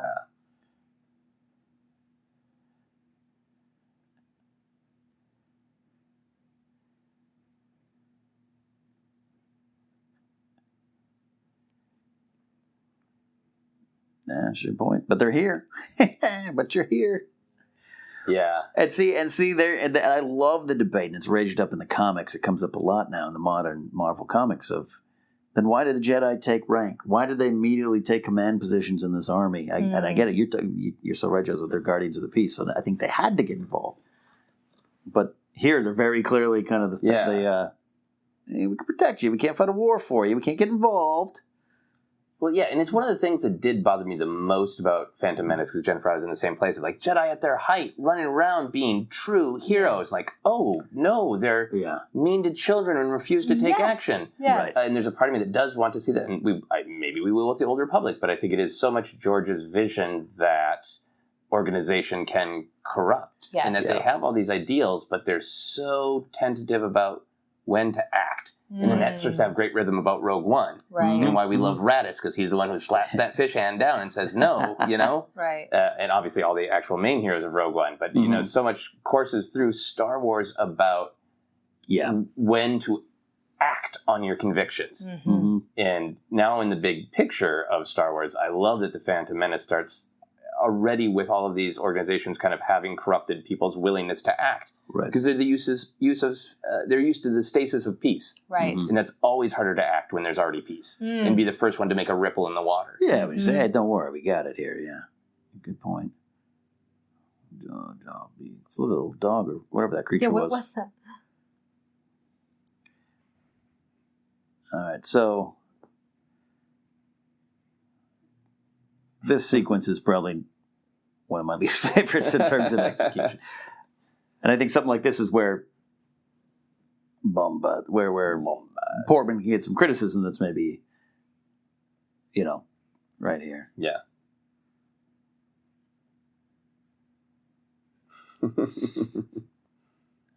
Yoink, what? The hell you Great say? cutaway. Yeah. I love that look from Liam of the, like, clever girl. We got a queen of action here. Yeah, it's like still regal, but not full British. Yeah. Seems to be the choice. Yeah. All right, not the best line read, but again, I look at George for that, not her. And so something like a scene like this or a moment like that is what you remember maybe more than some of the subtle things she's doing in the other scenes that were really good. Right. Well, and like the theme, like it's not executed well. Yeah. Because when you use the word beg, maybe you should beg a little bit. Maybe she's still, being polished and royal. But that idea, again, that like goes back to Obi-Wan's, what feels like a weird random line of we form a symbiote circle. And now she's like, oh, well, we actually do need to work together. Right. It also reminds me of Leia in Leia of Alderaan, where she's going to negotiate and she comes from a place of like we are equals. We need to work together. Whereas sometimes these other cultures, the Gungans perhaps, might be looked down upon, or Right. So it's like she's saying, no, we're going to come together. Right. We can handle this together, as opposed to we're equal in general, and in specific, I need you now. Yeah, exactly. That gives them the power. Mm-hmm. Yeah.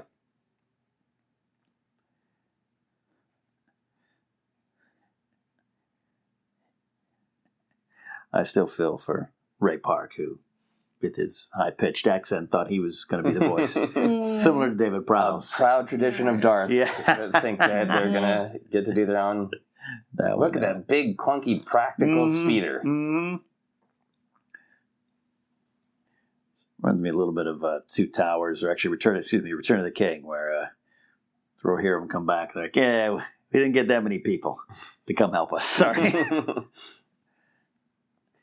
I really would like to know what Bombad could. They seem to have a lot of meanings in the Gungan culture. I think it is.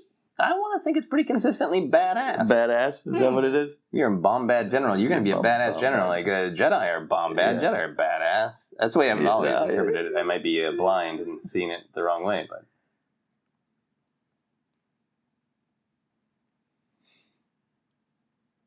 Mm-hmm. Mm-hmm.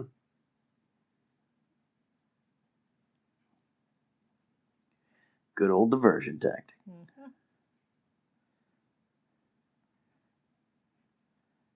This has now kind of become a little bit of Star Wars tradition of explaining exposition here. Oh, We're yeah. going to go here. The hologram for the battle? Yeah, Right. It's also telling you, this is what you're going to do in the video games for the next 20 to 50 years. Right. Yeah. I'm a visual learner, so I always appreciate the hologram, knowing, okay, what are we going to do, guys? Yeah. I would have loved Panaka having a little more military out. He'd switched his outfits up here. He puts the hat on. Right. I think he adds on to that. But, I would have bought a second Panaka figure is my point. Okay. Like Panaka in battle combat armor. Yeah. Yeah. I would buy Panaka with judgment face. Yeah. Thank you, Obi-Wan. Yeah, thank you for pointing out the obvious.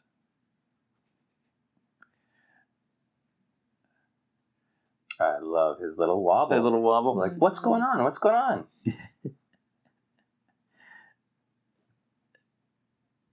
Oh, he's on a hollow walker. Hollow walker. Again, one of the things that a lot of people might say, well, maybe one step too many. I like it. No. I like it a lot, but it's almost like George showing off new technologies every corner, but it's fun. Wipe them out, all of them. I think about all the time. Like when I eat all the cheese sticks, all of them. Wipe them out. Again, a trailer moment. This is a trailer moment. A lot of great trailer moments. Right? Yeah. Great sound. Love it. And there's some parallels to great historic conflicts in the past here. Right. And I know there's a lot in the Ring 3 stuff, but the obvious connection to the Ewoks here. Yeah. They're more technological than the Ewoks, but they're still like signified as a lesser technology culture. Primitive. Though the Ewoks did not starten up the shield, so that might have they been. did not. No, they did not have throwing up the rocks. Right.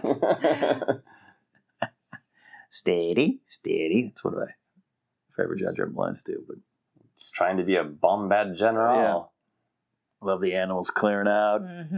Well, Something this, ain't right. It might be going a little far, but this also has like some great rhythm with The Last Jedi too. Of that like the small and the organic, like Luke, facing off against like the wall of the techno. Yes. The technology and the coldness. Right. I don't think it's far off. I think that's a little bit of what we got going on in Star Wars. It's very Star Wars. Yeah. Much like her daughter later on, a small, tiny, weird pistol.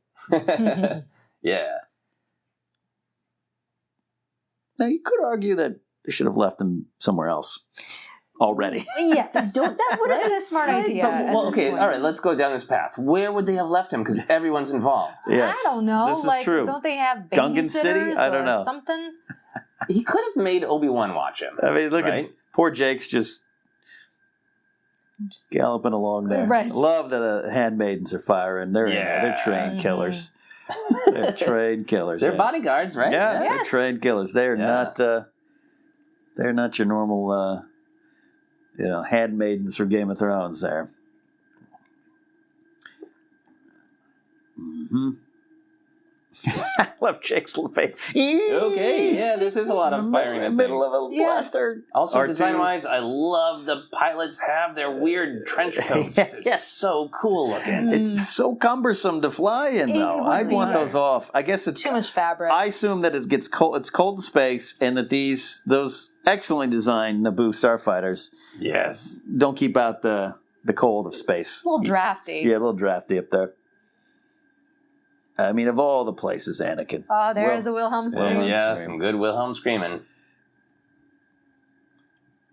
Love the N1 starfighters, man. Yeah, they're beautiful. I like this shot here Yeah. because it goes on for so long to make sure that we know No, that he ship, died. that specific pilot dies, and we Yes. must know. We Yes. must know it. Must know it. That's a great shot. Good firefight. And so now, see, here's the thing. At this point in the theater, the first viewing, I'm all in at this point. Yeah. This is Star Wars to me. Mm-hmm. I'm forgetting a lot of things I was uncomfortable with early on. Right. We got a right. space fight. We got a ground fight. Yeah. Yeah. We got a lightsaber fight in a bit. And then we've got some big, bold Jar Jar comedy. Yes. Here. Yeah. Yes. Yeah. No. You tell him, General. You tell him, General. Oh boy. It's an hour ago Oh, you were boy. tripping around, but it's Yeah. This is cool as hell. I don't care love what you this. say. my girlfriend, who is an OCD type of person, loves this. She's like, you can put away your droids that cleanly and efficiently. Mhm. Yeah. Yeah, look at that. They're in this fetal position, Yes. which is like So weird. Boom, boom, boom. Yeah, I like that the different cultures have the different technology. They've got this like, what are they mining underwater to have all these weird, specific kind of blue energy resources? Right. Yeah. One button does it all. Might have been a design flaw. Now these, of course, what are the B1 battle droids? Yes. Yep. B2 got a little bit more independent. Yep. Freemaker Adventures, that character is Roger. That's He's his name. Roger, yeah. He's great. Roger and Mr. Bones have done a lot for B1 battle droids. I think that's so funny is that like they're so like easy to you can just cut right through them with a lightsaber, but then all together they're a little scary. I would not want to go up against an army Absolutely, of them. yeah. They are about numbers. Right, exactly. Swarm tactics, right? Mm-hmm. Yeah. All right. Boom, boom.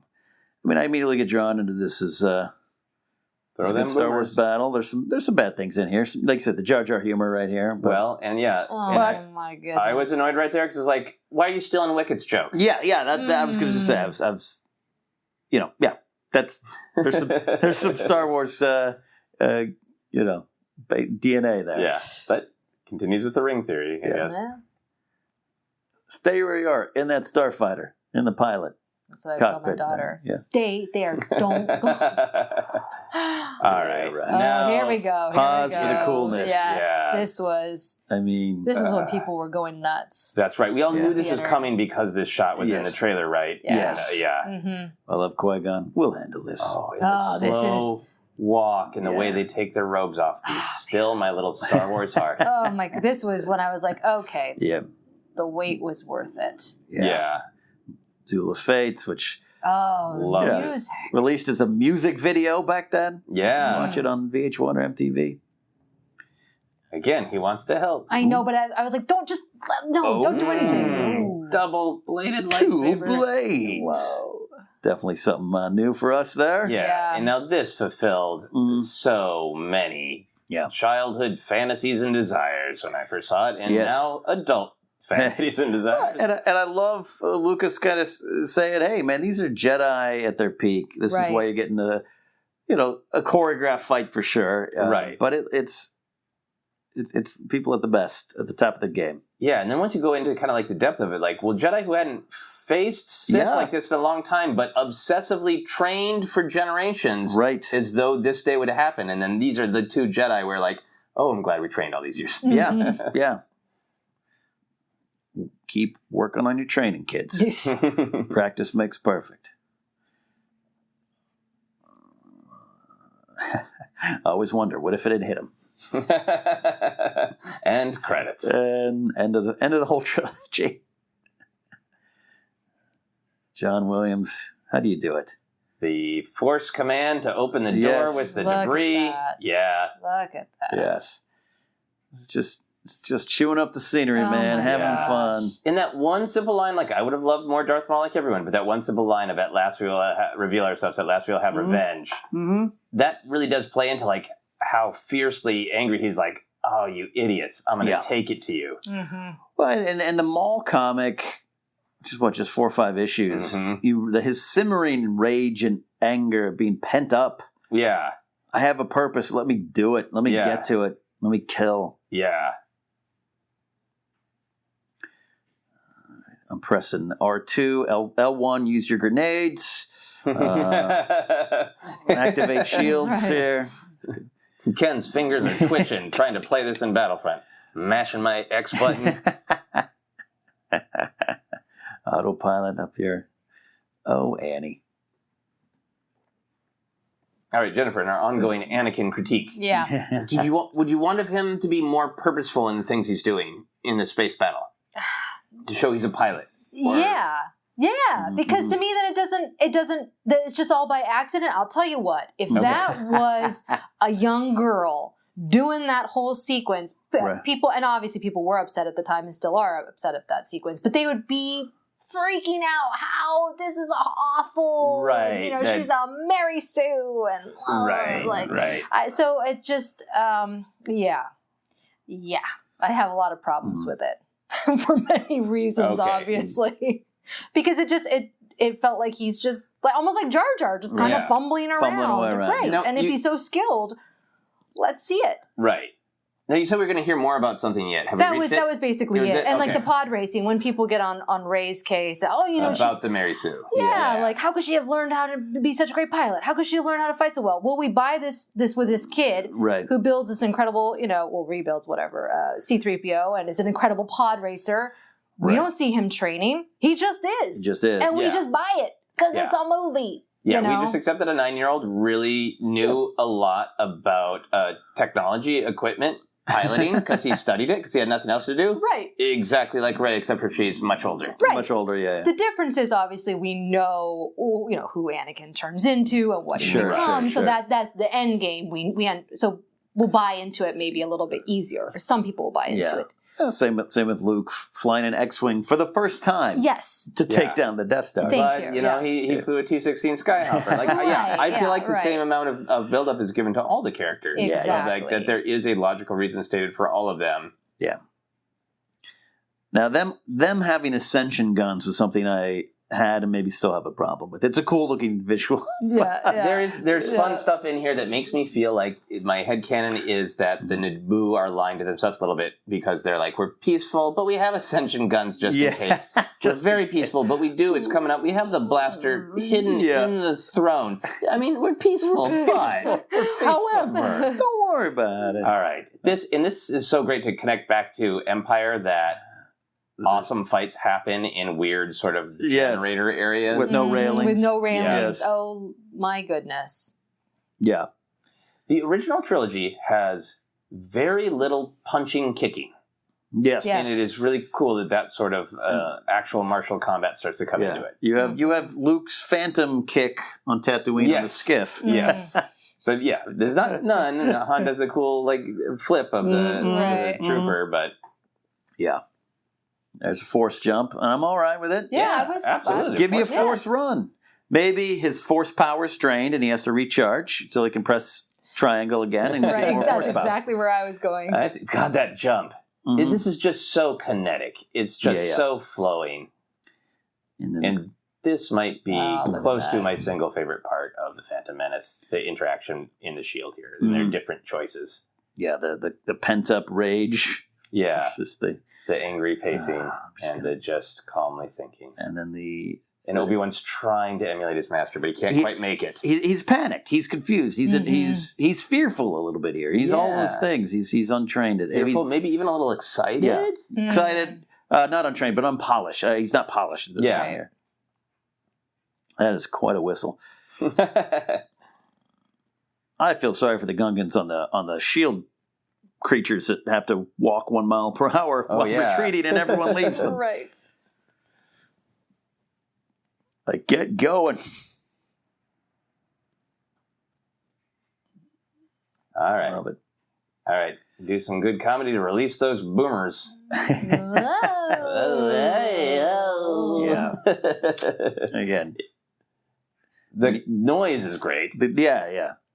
Whatever they are is interesting to me. Yeah. Right. But, yeah. It's very... Boom. I actually love one of the shots coming up here with the tank. It's taken out and takes out the grass. Oh, yeah. Me too. Yeah. All right. Yep. Okay. Unnecessary. Yeah. We all need boobas at some point, Jar Jar. By this point, it's just like, okay, we get it. Yes. He's clumsy. There you go. Yes. Like I just at this point, I'm like, let's get on with it. Let him make a choice to. Yes. Right. Yeah. Right. My sister-in-law once recounted a statement made by her British dance teacher when she was at Cal Arts, who would get mad about this kind of thing and say, pee-pee, poo-poo, bum-bum. As just a general description of the kind of humor he didn't like. And Jar Jar does pee-pee, poo-poo, bum-bum. Yeah. Basically, yes. Yep. Stumble. Yeah. Those droidicas, man. I just love that design. Just so Star Wars to me. Cool. Yeah. Good space battle. And you can almost feel George Lucas just being like, finally, in this scene, in all the space battles. Yeah. Getting to do what he wanted with the technology and how it looks. Yeah. Right. Sorry, John Dykstra, this is not a warehouse in Van Nuys. Yeah. So you guys did amazing, groundbreaking work. Yes. And now, again, in the novelization, push up my glasses I'm not wearing, this moment coming up where Anakin actually fires, there is stuff in the novel being like, he felt something, he had an instinct to point the blaster that way. And I do wonder if that should have been in the film. Yes, it should have. Yeah, a little. Yes. Landa has spoken. Yes. Boom, here we go. Qui-Gon in action. Come on, there we Qui-Gon. Boom, Force run. This is where the Force run should have happened. Yeah. Okay. But I guess if you're not accurate with it, you go right off the edge. Right. Oh, well. That's a little thing. I'll say the Force run shouldn't have been the other place. Yeah. Maybe Should have use been it the here. beginning to. Okay. Well, no, all it just shouldn't. It maybe shouldn't have been there if you weren't going to use it again. Yeah. So it's opening yourself up. Oh, okay. Agreed. Agreed. Yeah. I love that look where Qui-Gon almost seems disgusted by how evil he is. Yeah. Mm. Boom. Oh. That was shocking. Shocking. Well, unless you bought the soundtrack. Yeah. For the kids out there, the soundtrack just spoiled Qui-Gon's end. Oh, so much great acting by Ewan, just the facial reactions. Processing all the emotions. I remember picking up the soundtrack. I think it was in a Warehouse Records, and look at this. Turn around and reading the track listing and just going, oh. And you really did get spoiled. No! Like 2 months before the movie came out. No. I got warned away, so I didn't know, and I was shocked. I was shocked, and it affected me. Mm-hmm. I mean, looking back, you're like, all right, I guess you mentor character that you would expect that by the time. Right. Well, and a huge push-pull between, Jar Jar got a crotch shot. Yeah. Qui-Gon died. Yeah. Yes. And I mean, that is definitely the tension, good or bad, with the movie. And other points in the prequels, too. But yeah. This one's a decoy. Similar to Count Dooku. Yes. And what do those other buttons do? Call for food, call for... One of them just nukes the Gungans, maybe? I mean, they claim to be peaceful, but we don't know. The robes of the Nemodians are actually pretty good there. Oh, yeah. The design... I love the fierceness of that line and that little treaty. settle. We'll discuss a new treaty. Wait. I love that bounce, kind of like love getting himself ready. This Obi-Wan. whole thing is amazing beyond popping out with the anger. And I know if you slow it down, you can see that they're not exactly striking, but who cares? It's meant to be a movie. Who's slowing it down? Amazing on film. Yeah, if you're slowing it down, knock it off. Ewan McGregor is like Adam Driver, giving it so much intensity. All those 100%. flips and spins and the speed of it. It's so great. Yeah. It's so kinetic. That invitation, come on, with his hand. Ray Park, Yeah. perfect. I think a perfect casting for Maul. Yeah. Yes. And what Maul became. And Whitwer does such a great job bringing a lot of depth and soul to that character. But Yeah. I loved the Darth Maul and Savage Opress and the Clone Wars. Oh, yeah. All right, well, you got to go to Ilum and pick another crystal, Obi-Wan.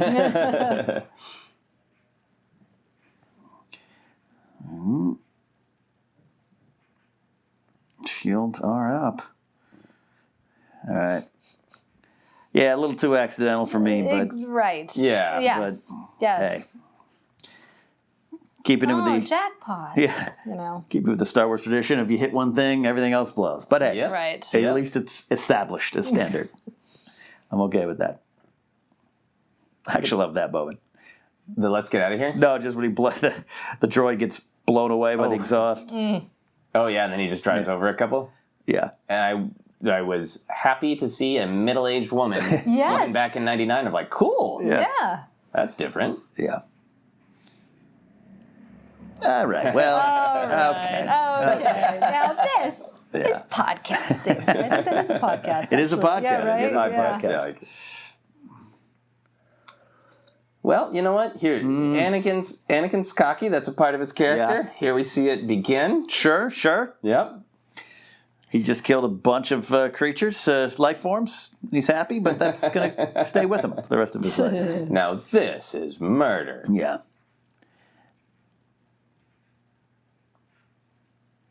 And look, why that's convenient. It is convenient. Yes. I get it. But, all right, like you said earlier, Joseph, the Trade Federation isn't really building an army. They're just trying to build a... Yeah, I mean, and they don't know how to do it, I should say. And they fix it later. They realize that was a bad choice.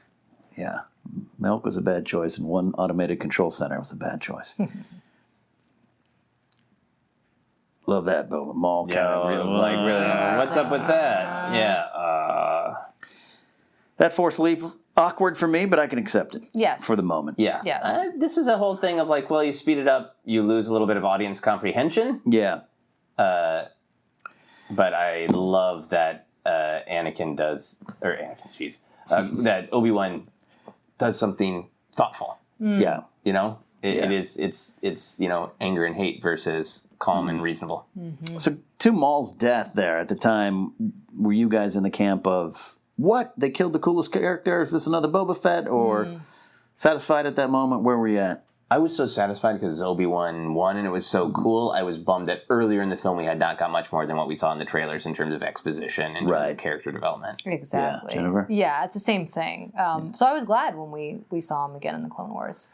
Yeah, I was very dubious when he was brought back. Like, what? Right. Come on, there's no way. He's got robot legs now. And then Right, I give them cybernetic. all the credit in the world now. Yeah. They really worked. And I've always loved that moment right that we just passed where Qui-Gon insists that Obi-Wan, and I know some people are like, well, Obi-Wan should have just been the main character. Who's the main character fan of Menace, blah, blah, blah. Right. But I love that the awkwardness of Obi-Wan not wanting to train Anakin and them knowing that and having to overcome that, and their relationship starts in this awkward way. Right. Yeah, you're right.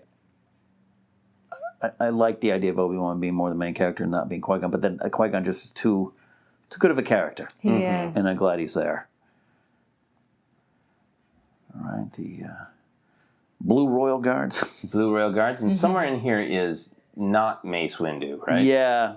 Oh, right. Yeah, unknown extra. I do think that was a little bit of a wink, too close of a wink. There we go. There's There he fake. is, There's there fake he is. Mace Yeah, back there's there. not Mace Windu. Yeah.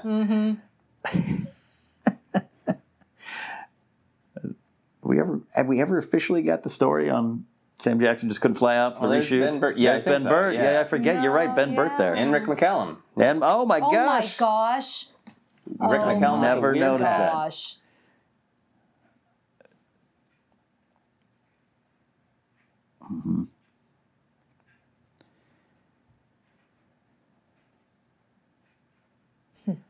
Good job, Frank Oz, man. Yeah.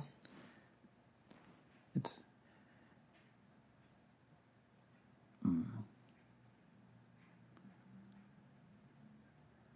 So much pressure on Obi-Wan. yeah.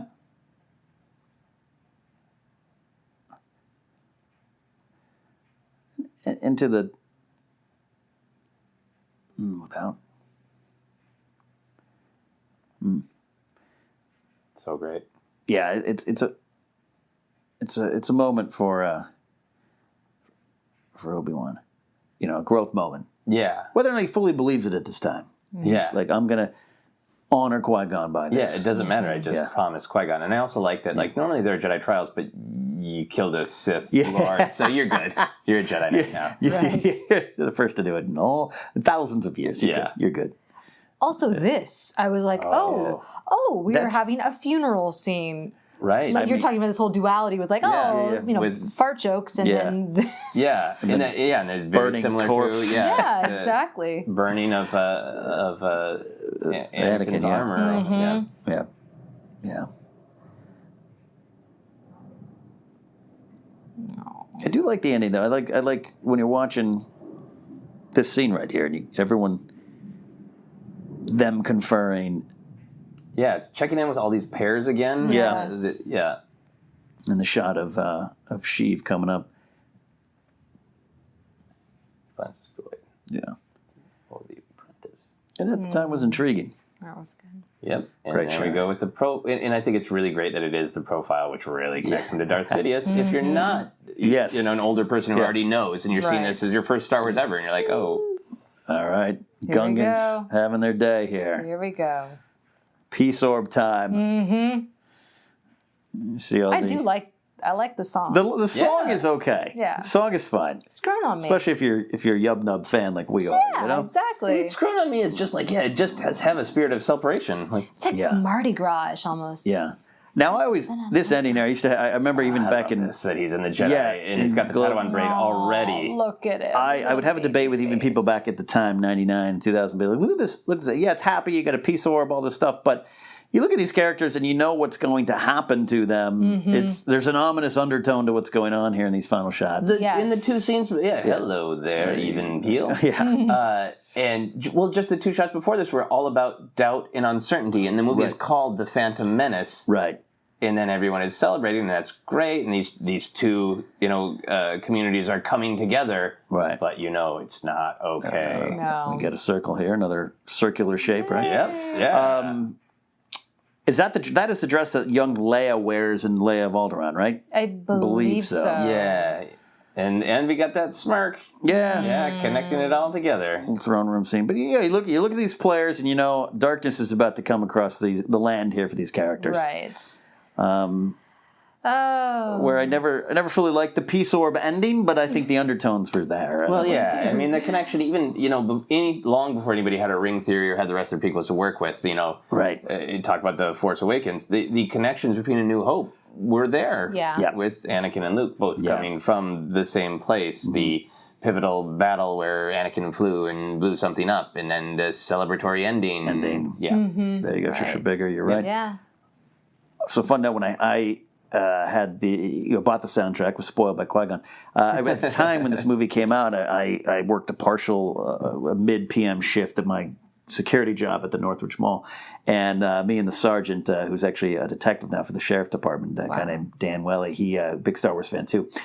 We could take control of the mall's music system. And we put the CD in, so we'd walk around the mall at 2 a.m. listening to the Phantom Menace soundtrack blaring through the entire mall. That's so cool. That's so awesome. It was good memory. So my favorite line was actually, I had mentioned my favorite line, and I had missed it in an earlier scene, is is that legal? And I will make it legal. It's a good 1-2 punch of kind of a clumsy line. I will make it legal. Yes. Terrence Stamp. I mean, it's so delightful to watch a movie like this and get to chat about it, and just, like, there's so many moments of, like, I would like to talk about that moment. I would like to, there's so many. John Knoll, Photoshop, and Rogue One. What a legacy. Yep. Rob Coleman Trebor. Yep. Named after him, yeah. He's great in that documentary as well. He's just a tech nerd who's getting to make Star Wars pictures. That's the amazing thing about Star Wars is that, and Lucasfilm, is how much of a family it is, and how many of these people have been working on it since the beginning. Yeah, well, you said Doug Chang's name, and to see he's in the Art of the Last Jedi. Exactly. Yeah, he's still there. Incredible. Yeah, and to see, like, he was the new kid on the block to Star Wars here, not to Lucasfilm, but to Star Wars. And now he's the old Jabba the Hutt himself. That's great. He's the old master who knows what Lucas would like. Right. It's And that's why I love this new era as well, because you do have these people that were around during this time working with George, and so they do have some insight on, they're like the keepers of the... Yeah. Grant Imahara of Mythbusters fame should be listed in there somewhere. He worked on stuff for the Phantom Menace. Yes, I've chatted with him about his experience. Got great stories. Yeah, absolutely. I love right before Force Awakens, he was like, "I'm going to make a BB-8." I saw that. I don't think he ever got to finish it. He's still working on it. He's still working on it. I saw his BB-8 in progress. It's pretty amazing. Yeah. He's figuring out a lot. It's mind blowing. That's that was the like kind a year ago. So. Yeah, that was like the mind he has. I'm just going to figure out how to make it myself. Look at all these people working on this stuff. I always felt like Duel of the Fates was that great lineage and great payoff of the choral voices in Return of the Jedi that we talk about in the throne room. Well, because that was the first time we had any kind of vocals appear on a Star Wars soundtrack. Was the Jedi thing there, and to bring it back here, Williams really struck the right tone. I mean, how does John Williams or any composer, Giacchino, all these guys, just sit down and do this? It's such a skill. It's incredible. Such a skill. My last over the summer, I had to go to a wedding in Northern California, and I just passed the exit, Lucas Valley Road. Wow. I've never been to ILM. It's now different from where Lucasfilm is on the Presidio, but you could just feel the disturbance of the Force, a good disturbance in the Force, a presence I've not felt. A good disturbance. Look at all these guys. So many and gals. people. So much talent to make this. Who kept the secrets of the movie. And it's amazing to look at just like the huge block of them, and also like those names look much larger than credits for all of the CGI work now. For now, absolutely. Yeah. I mean, you have, Norway Unit, the animators, and, Little teeny tiny. Yeah. But that's why, whether you love or hate the Phantom Menace, I mean, I just think about all these people that put so much heart and soul into this film. Davis. And it's like, I have to respect that, their work. Yeah. No matter what, I can nitpick all I want, but at the end of the day, this is a freaking amazing accomplishment. Yeah. Well, again, Lucas... we can't find a way to do it. We'll make a way to do it. Right. And that's as a diehard Beatle fan like I am. I mean, Beatles are credited for some technological advances in recording because they're like, let's just try to find a way to do it. And that's something you can't take away from George and his team.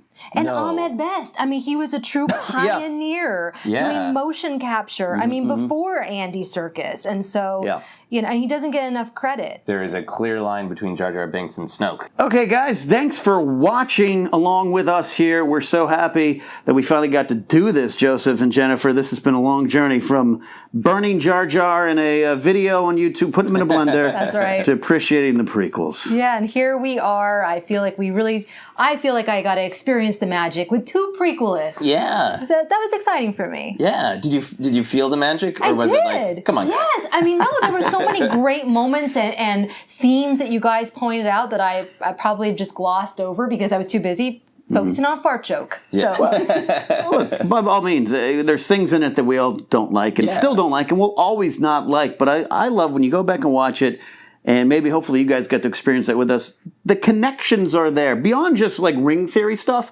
but the little things of Padme connecting to Leia, and it's a similar, there's little character moments that are there. Yeah, those ideas of fear and those ideas of being selfless that you pointed out so well with Shmi. There's just there's so much going on, and there's also we really started the watch along talking a lot about what our experience was seeing it in the theater in 1999, but we just always have to remember that everything is generational. And what's the experience if this is your first movie? What is the experience if you're 40 now and you've never watched Star Wars and you're finally like, all right, I'll give this whole thing a shot, starting with The Phantom Menace.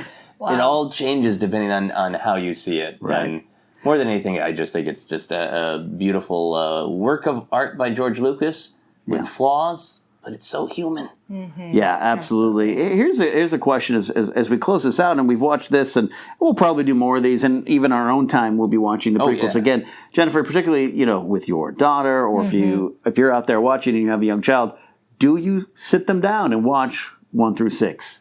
I think that it might be challenging because Anakin is so relatable as this child, right? And so I feel like my daughter would really connect with him, and then to see his progression to the dark side, it might be actually very disturbing to watch. Yeah. So kind of knowing where he ends up might soften the blow, I think. Yeah. I just feel like it might be a little bit too traumatic. That's a good from the perspective of a parent there. Yeah.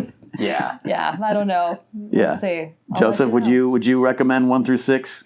No, I would still recommend starting where it started, because I think you get to have that progression of watching ideas develop. So you can watch the story, but you can also watch the story behind the story of creators who slowly developed this. George Lucas being the primary creator, but all those people we saw in the credits, right on through to Rian Johnson and the people making costumes for The Last Jedi, that it's a story that you can watch, but it's also the story of one of the most popular franchises ever created, and how does it shift with time? How does it shift with perspective?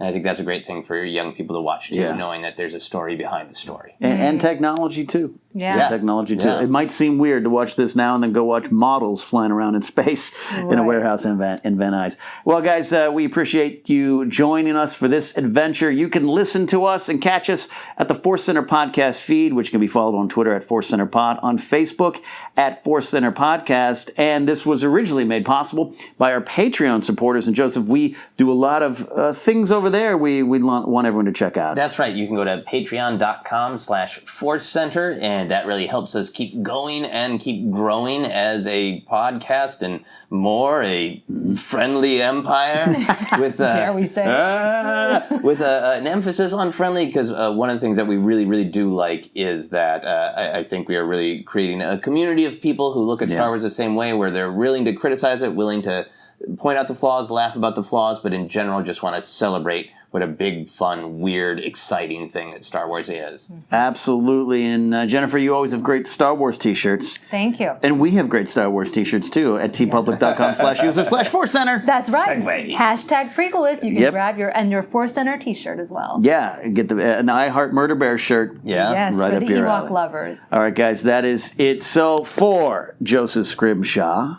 who can be followed. I can be followed. Not in person. That's a little creepy. But I am often at Targets in the toy aisle, so check it out. You never know. But I can be found on social media, Twitter and Instagram. It's at Joseph Scrimshaw. You can check out my website, josephscrimshaw.com, for info on comedy shows and other podcasts and all that stuff. And for Jennifer Landa and her adventures. Yes, you can follow my adventures on Twitter and Instagram at Jennifer Landa, or YouTube, youtube.com/users/Jennifer Landa. I'm Ken Knapsack. It's been fun. You can follow me at Ken Knapsack across all social media platforms, including Twitch. We will see you guys where we always are, in the center of the galaxy.